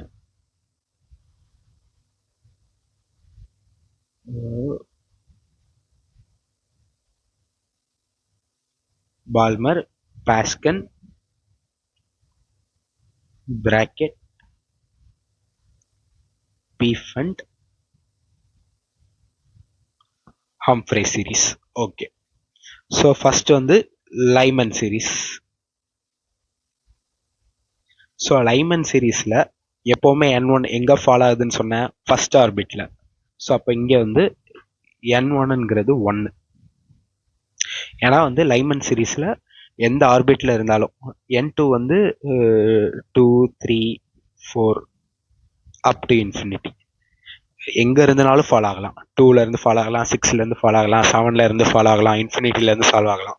பட் ஃபாலோ ஆகிற இடம் வந்து 1 இருக்கணும். n1 வந்து 1 இருக்கணும். ஸோ அதான் மீனிங். அதான் வந்து லைமன் சீரீஸ். ஸோ இந்த இடத்துல அந்த எலக்ட்ரான் விழும் போது எமிட் பண்ணுற ரேடியேஷன்லாம் எந்த ரீஜியனில் இருக்குன்னு பார்த்தீங்கன்னா அல்ட்ரா வயலட். ஓகேவா. ஓகே, செகண்ட் வந்து பால்மர். இதில் வந்து விழுற இடம் வந்து 2. வர எங்கேருந்து வருது, 3 இருக்கலாம், 4 இருக்கலாம், அப்படியே இன்ஃபினிட்டி எதாக இருக்கலாம். இந்த டைப் ஆஃப் எமிஷன்ல வேவ் லென்த் எமிட் ஆகிறது எந்த ரீஜன்ல இருந்துச்சுன்னு பார்த்தீங்கன்னா விசிபிள் ரீஜன். ஓகே, அடுத்த லைமன், பால்மர், அடுத்த பாஸ்கன். இதுல வந்து விழுற இடம் வந்து 3. எங்க இருந்து வருது, 4 இருக்கலாம், 5 இருக்கலாம், அப்படியே இன்ஃபினிட்டி. ஸோ இந்த டைப் ஆஃப் எமிஷன்ல வர வேவ் லென்த்தோட ரீஜன் எதுல இருந்துச்சுன்னா இன்ஃப்ராரெட். அதே மாதிரி லைமன், பால்மர், பாஸ்கன், பிராக்கெட். ப்ராக்கெட்டில் விழ போகிற இடம் வந்து 4. இது வந்து 5 இருக்கலாம், 6 இருக்கலாம், அப்படியே இன்ஃபினிட்டி. இதில் வர ரீஜனும் வந்து இன்ஃப்ராரெட் தான். அதே மாதிரியே அடுத்தது பி ஃபண்ட். பி ஃபண்டில் வந்து விழுற இடம் வந்து 5. எங்கேருந்து வரதா இருக்க 6 இருக்கலாம், 7 இருக்கலாம், 6 இருக்கலாம், 7 இருக்கலாம், அப்படியே இன்ஃபினிட்டி வரைக்கும் இருக்கலாம். ஸோ இந்த டைப்பில் எமிஷனோட வேவ் லென்த் வந்து ஃபார் இன்ஃப்ரா இந்த ரீஜன்ல இருந்துச்சு. ஆர் அதர்வைஸ் இன்ஃப்ரான்னு கூட சொல்லிக்கலாம். கொஸ்டின்ல வந்து இன்ஃப்ரான்னு மட்டும்தான் ஆப்ஷன்ல இருந்துச்சுன்னா இன்ஃப்ரான்னு டிக் பண்ணுங்க. ஒருவேளை இன்கேஸ் மோர் ஸ்பெசிஃபிக்கா ஃபார் இன்ஃப்ரான்னு இருந்துச்சுன்னா ஃபார் இன்ஃப்ராவை டிக் பண்ணுங்க. ஓகே, ரெண்டும் ஒன்று தான், பிரச்சனை இல்லை. அடுத்து ஹம்ஃப்ரே சீரிஸ். இதில் வந்து 6th ஆர்பிட்ல விடலாம். அது வந்து 7 இருக்கலாம், 8 இருக்கலாம், அப்படியே இன்ஃபினிட்டி. இதுவும் வந்து ஃபார் இன்ஃப்ராரெட். ஓகே, ஸோ ஐயோ இது புரிஞ்சிருக்கும்னு நினைக்கிறேன். ஸோ இதை பேஸ் பண்ணி ஒரு ஃபார்முலா இருக்கு. அது பேர் ரிட்பர்க் ஃபார்முலா. அதோட இன்னைக்கு கிளாஸ் பார்த்து முடிச்சுக்கலாம். ஸோ வந்து இதில் எழுதுறேன், ரெட்பர்க்ஸ் ஃபார்முலா. அது என்ன ப்ரோ ரெட்பர்க் ஃபார்முலா, கேள்விப்பட்டதே இல்லைன்னு கேட்டிங்கன்னா ஒன்றும் இல்லை, சிம்பிள் தான். ஸோ இதே மாதிரி எலக்ட்ரான் வந்து இங்கே இருக்கிற எலக்ட்ரான் வந்து இப்படியே எமிட் ஆகி n=1 லைமன்ல விழுதுன்னு வச்சுக்கோமே. ஸோ இது வந்து ஒரு லைட்டோட ரேடியேஷன், லைட் ரேடியேஷன் எமிட் பண்ணுமா, அதோட வேல்யூ வந்து அப்ராக்சிமேட்டாக 13.6 எலக்ட்ரான் வோல்ட், அவ்வளோ எனர்ஜி ரிலீஸ் பண்ணும். ஸோ அந்த எமிட்டர் லைட்டுக்கு ஒரு வேவ் லென்த் இருக்கும், கண்டிப்பாக ஒரு ஃப்ரீக்வன்சி இருக்கும். அந்த வேவ் லென்த் என்னங்கிறத கண்டுபிடிக்கிறதுக்கு யூஸ் பண்ண போகிற ஃபார்முலா தான் வந்து ரெட்பர்க்ஸ் ஃபார்முலா. நான் டெரிவேஷன் மாதிரி எழுதுறேன். டெரிவேஷனோட மெயின் ஃபார்முலா தான் ரொம்ப இம்பார்ட்டன்ட், அதை நான் வச்சுக்கணும். ஸோ டெரிவேஷன் வந்து நான் இங்கே சைடில் வேணால் கீழே வேணால் சும்மா எழுதுறேன். இங்கே மேலே இங்கே சைடில் எழுதிட்டு அழிச்சிருவேன். டெரிவேஷன் அவ்வளோ இம்பார்ட்டண்ட்டாக தேவையில்லை. ஸோ டெரிவேஷன் எப்படி வரும்னா, இப்போ நியூமரிக்கல் வேல்யூ, பாசிட்டிவ் வேல்யூ, நம்ம மேக்னிடியூட் தான் எடுக்க போகிறோம். நெகட்டிவ் சிம்பிள் அதெல்லாம் நம்ம யோசிக்க வேண்டாம். இந்த இடத்துல ஒரு லைட் ரேடியேஷன் எமிட் ஆகும். இன்ஃபினிட்டிலேருந்து இப்போ 1க்கு வருதுன்னா இந்த லைட் ரேடியேஷன் எமிட் ஆகிறோட எனர்ஜி வந்து இந்த எனர்ஜி டிஃபரன்ஸ்க்கு ஈக்குவலாக இருக்கும் அப்படின்னு சொல்லி நம்ம ஆல்ரெடி பார்த்துருக்கோம். ஸோ எனர்ஜி டிஃபரன்ஸ் வந்து இப்போ ஒரு ஃபைனல் ஒரு n1 இதில் விழப்போது, இனிஷியல் வந்து ஒரு n2 ஒரு ஏதோ ஒரு ஸ்டேட்லேருந்து வந்திருக்கு இப்படின்னு வச்சுக்கோம். இது வந்து hc/λ அந்த எமிட்டான வேவ் லென்த்துக்கு ஈக்குவலாக இருக்கும். ஏன்னா இப்போ 10.2 எலக்ட்ரான் வோல்ட் எனர்ஜி டிஃபரன்ஸில் தான் அந்த energy, energy difference nothing but ஒரு எனர்ஜி தான். அந்த எனர்ஜி டிஃபரன்ஸ் 10.2 ஃபர்ஸ்ட் இதுக்கும், ஃபார் எக்ஸாம்பிள் இங்க இருந்த எலக்ட்ரான் வந்து இங்க விழுதுன்னா இதுல எமிட் ஆகிற ரேடியேஷனுக்கு டெல்டா இ இருக்கும். அதோட எனர்ஜியோட வேல்யூ வந்து, ஸோ இந்த இடத்துல வந்து எமிட் ஆகிற ரேடியேஷன் வந்து இந்த டெல்டா இ எனர்ஜிக்கு ஈக்குவலாக இருக்கும். ஸோ இதுவும் ஒரு லைட் ரேடியேஷன் தான், இதுலேயும் ஃபோட்டான் இதெல்லாம் இருக்கும். ஸோ இதோட எனர்ஜி, இந்த லைட்டோட எனர்ஜி வந்து hc/λக்கு ஈக்குவலாக இருக்கும். ஸோ அதே தான் நம்ம இங்கே கீழே எழுத போகிறோம். So is equal to hc/λ. But இதில் ஒரே ஒரு இது என்னன்னா, இந்த மொத்த டேர்மும் பாசிட்டிவாக தானே வரும். பட் நம்ம இந்த இதை நீங்கள் டிஃப்ரென்ஸ் எடுத்து பார்த்தீங்கன்னா இதோட வேல்யூ வந்து நெகட்டிவாக வரும். ஸோ அதனால, ஏன்னா ஃபைனல் மைனஸ் இனிஷியல் தான், இனிஷியலாக n2ங்கிற ஏதோ ஒரு ஸ்டேட்டில் இருக்குது, ஃபைனலாக இங்கே n1க்கு வருது. So final minus initial n1 minus n2 தான் போடணும். ஃபார் எக்ஸாம்பிள் இங்கே ஹைட்ரஜன் ஆட்டமுக்கு இங்கே n1 வந்து -13.6 இருக்கும். இப்போ n2 இங்கே வந்து -3.4ன்னு நீங்கள் போட்டிங்கன்னா -13.6 மைனஸ் ஆஃப் -3.4ன்னு போட்டால் உங்களுக்கு ஆன்சர் வந்து -10.2 எலக்ட்ரான் வோல்ட்டாக வரும். Is equal to hc/λ. But வந்து வேவ் லென்த் வந்து நெகட்டிவாக வருமா, வராது. ஸோ அதை நம்ம பாசிட்டிவ் ஆக்குறதுக்காண்டி நம்ம இங்கே என்ன செய்கிறோம்னா, ஃபைனல் மைனஸ் இனிஷியல் தான், பட் இருந்தாலும் நம்ம பாசிட்டிவாக வேவ் லென்த் வரணும்னுக்காண்டி நம்ம வந்து இங்கே en2 மைனஸ் en1 சொல்லி போட்டுப்போம். Okay, so en2 minus e1 is equal to hc by lambda. So delta E தான் hc பை லேம்டாக்கு ஈக்குவல். ஸோ இப்படி எழுதிக்கிறேன். Okay, so hc by lambda is equal to en2னா மைனஸ் 13.6. இங்கே வந்து இந்த 13.6க்கு யூஸ் பண்ணுறதுக்கு பதிலாக ஆல்ரெடி இந்த வேல்யூ பார்த்தோம் தெரியுமா, 2.18 இன்டூ 10 பவர் மைனஸ். ஏன்னா வேவ் லென்த் வந்து நமக்கு வந்து மீட்டரில் வேணும், ஸோ எஸ்ஐ யூனிட்ல தான் சப்ஸ்டியூட் பண்ணணும். So 2.18 into 10 raised to the power minus 18 z square by n square. Okay, 2.18 into 10 raised to the power minus 18 z square by n2 square. இங்கே மைனஸ் வரும், இங்கே ப்ளஸ் 2.18, ஏன்னா மைனஸ் ஆஃப் மைனஸ் ப்ளஸ் ஆயிரும், minus 18 z square by n1 square. இப்படி வருமா? Okay, அதே மாதிரி இங்கே hc பை லேம்டா வச்சுக்கோங்க.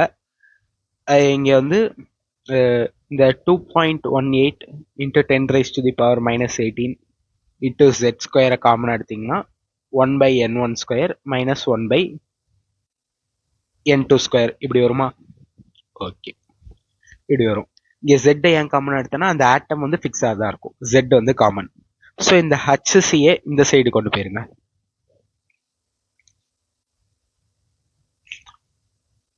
ஓகே, அப்போ 1 by wavelength is equal to 2.18 into 10 raised to the power minus 18 by hc into z square 1 by n1 square minus 1 by n2 square. இப்படி வந்து formula வந்து வரும்.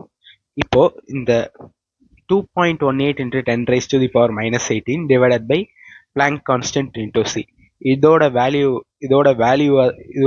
வந்து ஒரு கான்ஸ்டன்ட் வேல்யூவா வருமா? அந்த கான்ஸ்டன்ட் வேல்யூவை வந்து நம்ம ஆர்ஹெச்னு சொல்லி மென்ஷன் பண்ணுவோம்.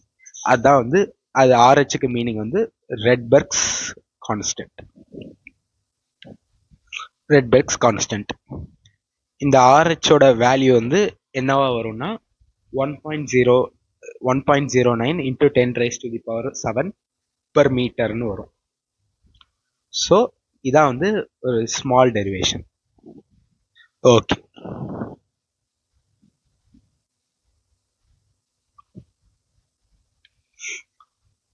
டெரிவேஷன் வேண்டாம், நான் ஃபார்முலா மட்டும் டைரக்டாக எழுதிடுறேன்.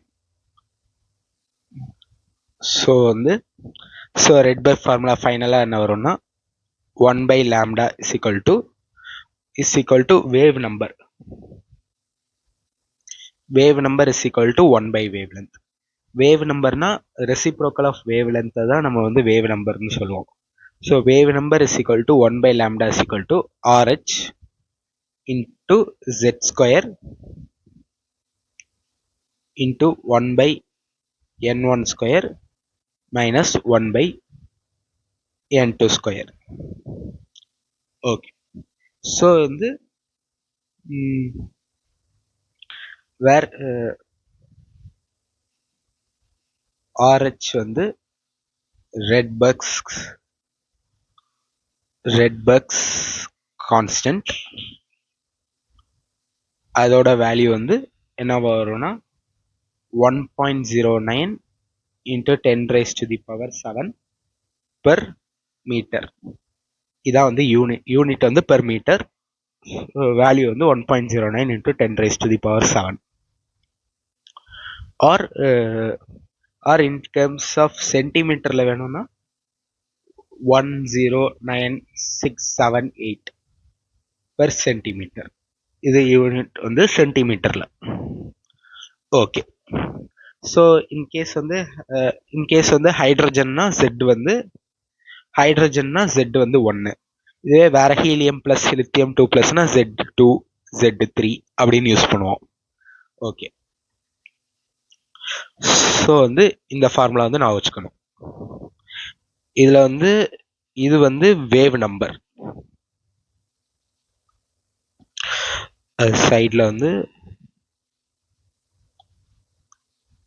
வேர் இப்படி மென்ஷன் பண்ணியிருக்கிறதுக்கு வந்து வேவ் நம்பர். வேவ் நம்பர்னா reciprocal of wave length.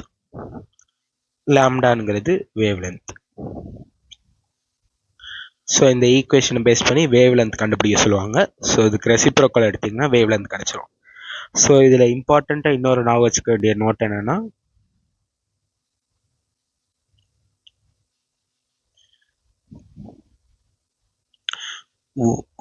1/RH, அதாவது ரெட்பர்க் கான்ஸ்டன்ட்டுக்கு நம்ம ரெசிப்ரோக்கல் அந்த வேல்யூ எடுத்தோம்னா 911.5 ஆம்ஸ்ட்ராங்னு வரும்.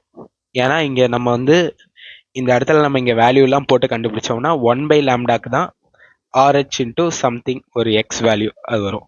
பட் நமக்கு வந்து வேவ் லென்த் கேட்டாங்கன்னா இதுக்கு ரெசிப்ரோக்கல் எடுத்தால் 1/RH இன்ட்டு எக்ஸ்.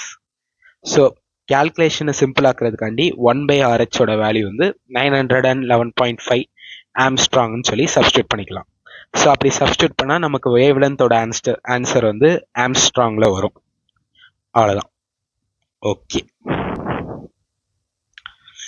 ஸோ இதுலேயே வந்து இன்னொரு ஒரு சீரீஸ் லிமிட்னு கேட்டாங்கன்னா, series limit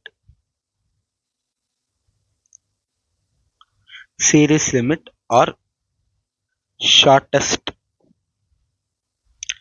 shortest wavelength.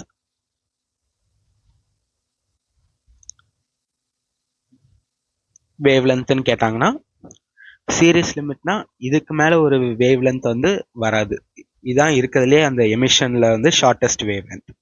எப்போ வந்து வேவ் லென்த் ஷார்ட்டாக இருக்கும்? Delta E is equal to h c by lambda. Energy difference வந்து inversely proportional to wavelength. எப்போ எனர்ஜி டிஃப்ரென்ஸ் வந்து கம்மியாக இருக்கோ அப்போ வந்து வேவ் லென்த் வந்து ஜாஸ்தியாக இருக்கும் இல்லையா?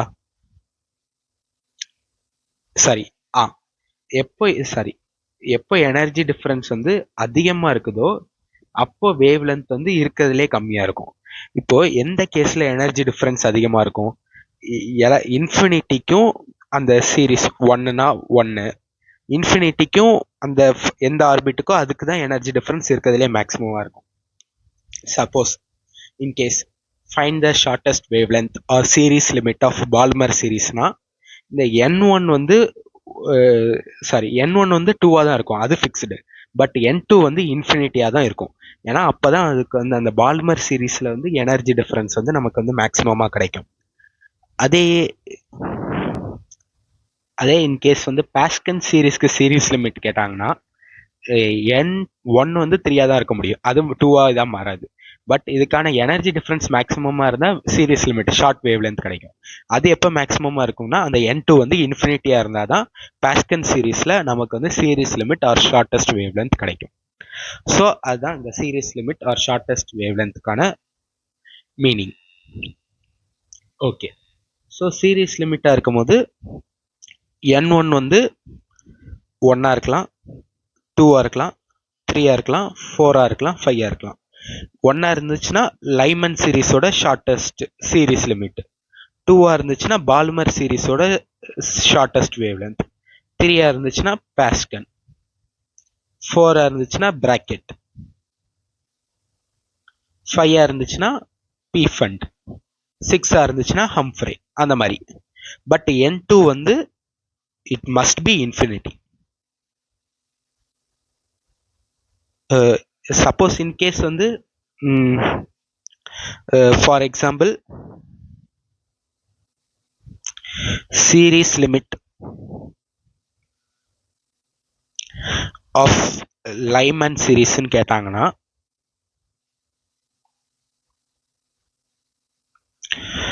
நீங்க வந்து இந்த formula 1/λ is equal to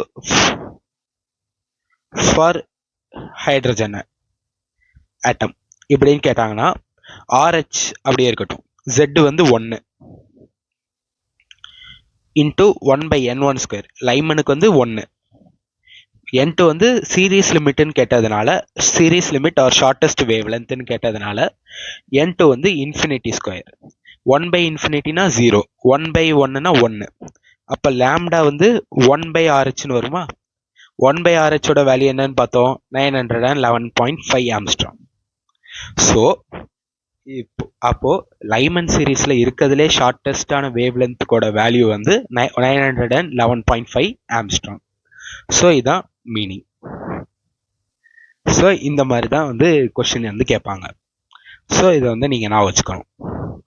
so இந்த மெயின் ஃபார்முலா. ஸோ இதான் வந்து மெயின் ஃபார்முலா. இதை தான் நீங்கள் வந்து இம்பார்ட்டண்ட்டாக நான் வச்சுக்கணும்.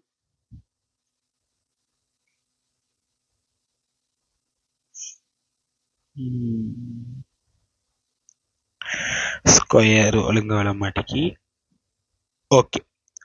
ஸோ இதான் ரெட் பக்ஸ் ஃபார்முலா. அதுக்கான டெரிவேஷனும் பார்த்துட்டோம். ஸோ இதுவே இன்கேஸ் வந்து இதில் வந்து மேக்ஸிமம் வேவ் லென்த் கண்டுபிடிங்க அப்படின்னு கேட்டாங்கன்னா, மேக்ஸிமம் வேவ் லென்த்னா என்ன? Energy is inversely proportional to wave length. Maximum wave லென்த்தாக இருக்கணும்னா எனர்ஜி டிஃப்ரென்ஸ் வந்து கம்மியாக இருக்கணுமா? எனர்ஜி டிஃப்ரென்ஸ் எப்போ கம்மியாக இருக்கும்னா சக்ஸஸிவ் லெவல்ஸ். லைமன் சீரிஸ்ன்னு கேட்டாங்கன்னா N1க்கும் இந்த N2க்கும் தான் எனர்ஜி டிஃப்ரென்ஸ் வந்து கம்மியாக இருக்கும். இதுவே இதுக்கு வந்து எனர்ஜி டிஃப்ரென்ஸ் இதோட கம்பேர் பண்ணும்போது இதுக்கு வந்து எனர்ஜி டிஃப்ரென்ஸ் வந்து அதிகமாக இருக்கும். அதாவது இந்த லைனை கம்பேர் பண்ணும்போது இந்த லைனுக்கு வந்து எனர்ஜி டிஃப்ரென்ஸ் வந்து டெல்டா இ வந்து அதிகமாக இருக்கும். ஸோ வேவ் லென்த் வந்து கம்மியாக இருக்கும். எப்படி? இதை கம்பேர் பண்ணும்போது இதுக்கு தான் வந்து வேவ் லென்த் வந்து ஜாஸ்தி. இதை கம்பேர் பண்ணும்போது λ1 இஸ் கிரேட்டர் தென் λ2. இதை λ2 மென்ஷன் பண்ணிக்கிறேன். ஓகே. ஸோ அதே மாதிரி மேக்ஸிமம் வேவ் லென்த்னு கேட்டாங்கன்னா சக்ஸஸிவ். இப்போ பால்மருக்குன்னு கேட்டாங்கன்னா, சரி சப்போஸ் இன்கேஸ் வந்து பால்மர் சீரிஸோட மேக்ஸிமம் வேவ் லென்த் கண்டுபிடிங்கன்னா நீங்கள் வந்து இங்கே N1 வந்து ஆப்வியஸ்லி 2 தான் சப்ஸ்டியூட் பண்ணணும், வேற வழி இல்லை. N2 என்ன சப்ஸ்டியூட் பண்ணுவீங்கன்னா 3ன்னு சப்ஸ்டியூட் பண்ணுவீங்க. அப்போ தான் மேக்ஸிமம் வேவ் லென்த் கிடைக்கும். இதுவே shortest wavelength of Balmer சீரிஸ்ன்னு கேட்டாங்கன்னா N1 வந்து ஆப்வியஸ்லி 2 தான், பட் N2 வந்து இன்ஃபினிட்டி. இது வந்து ஷார்ட்டஸ்ட் வேவ் லென்த்துக்கு.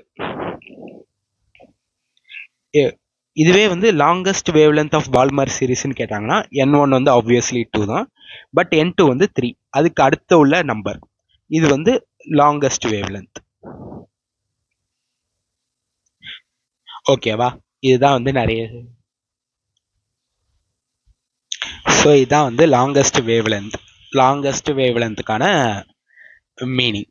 ஸோ இந்த 2 பாயிண்ட்டை இம்பார்ட்டண்ட்டாக நான் வச்சுக்கணும். அதுக்கப்புறம் இந்த ஃபார்முலா, அப்புறம் வந்து சீரீஸ் லிமிட், இந்த 1/RH வேல்யூ, ரெட் பை கான்ஸ்டன்டோட வேல்யூ, இதெல்லாம் வந்து நீங்கள் மெயினாக நான் வச்சுக்க வேண்டியது. இந்த டேபிள் வந்து வெரி வெரி இம்பார்ட்டன்ட். இந்த டேபிள் வந்து மெயினாக நான் வச்சுக்கணும். ஓகே, இன்னைக்கான டைம் ஆயிடுச்சு. இதோட இந்த வீடியோ முடிச்சுக்கலாம்னு நினைக்கிறேன். இன்னைக்கு கொஞ்சம் அப்லோட் பண்ணுறதுக்கு டைம் ஆயிடுச்சு, மன்னிச்சுக்கோங்க. ஏன்னா இன்னைக்கு கொஞ்சம் ட்ராவல் இதில் பிஸியாக இருந்துட்டோம். ஸோ இனிமேலே வீடியோஸ் ரெகுலராக வந்துடும். ஸோ தொடர்ந்து பாருங்கள், சப்போர்ட் பண்ணுங்கள்.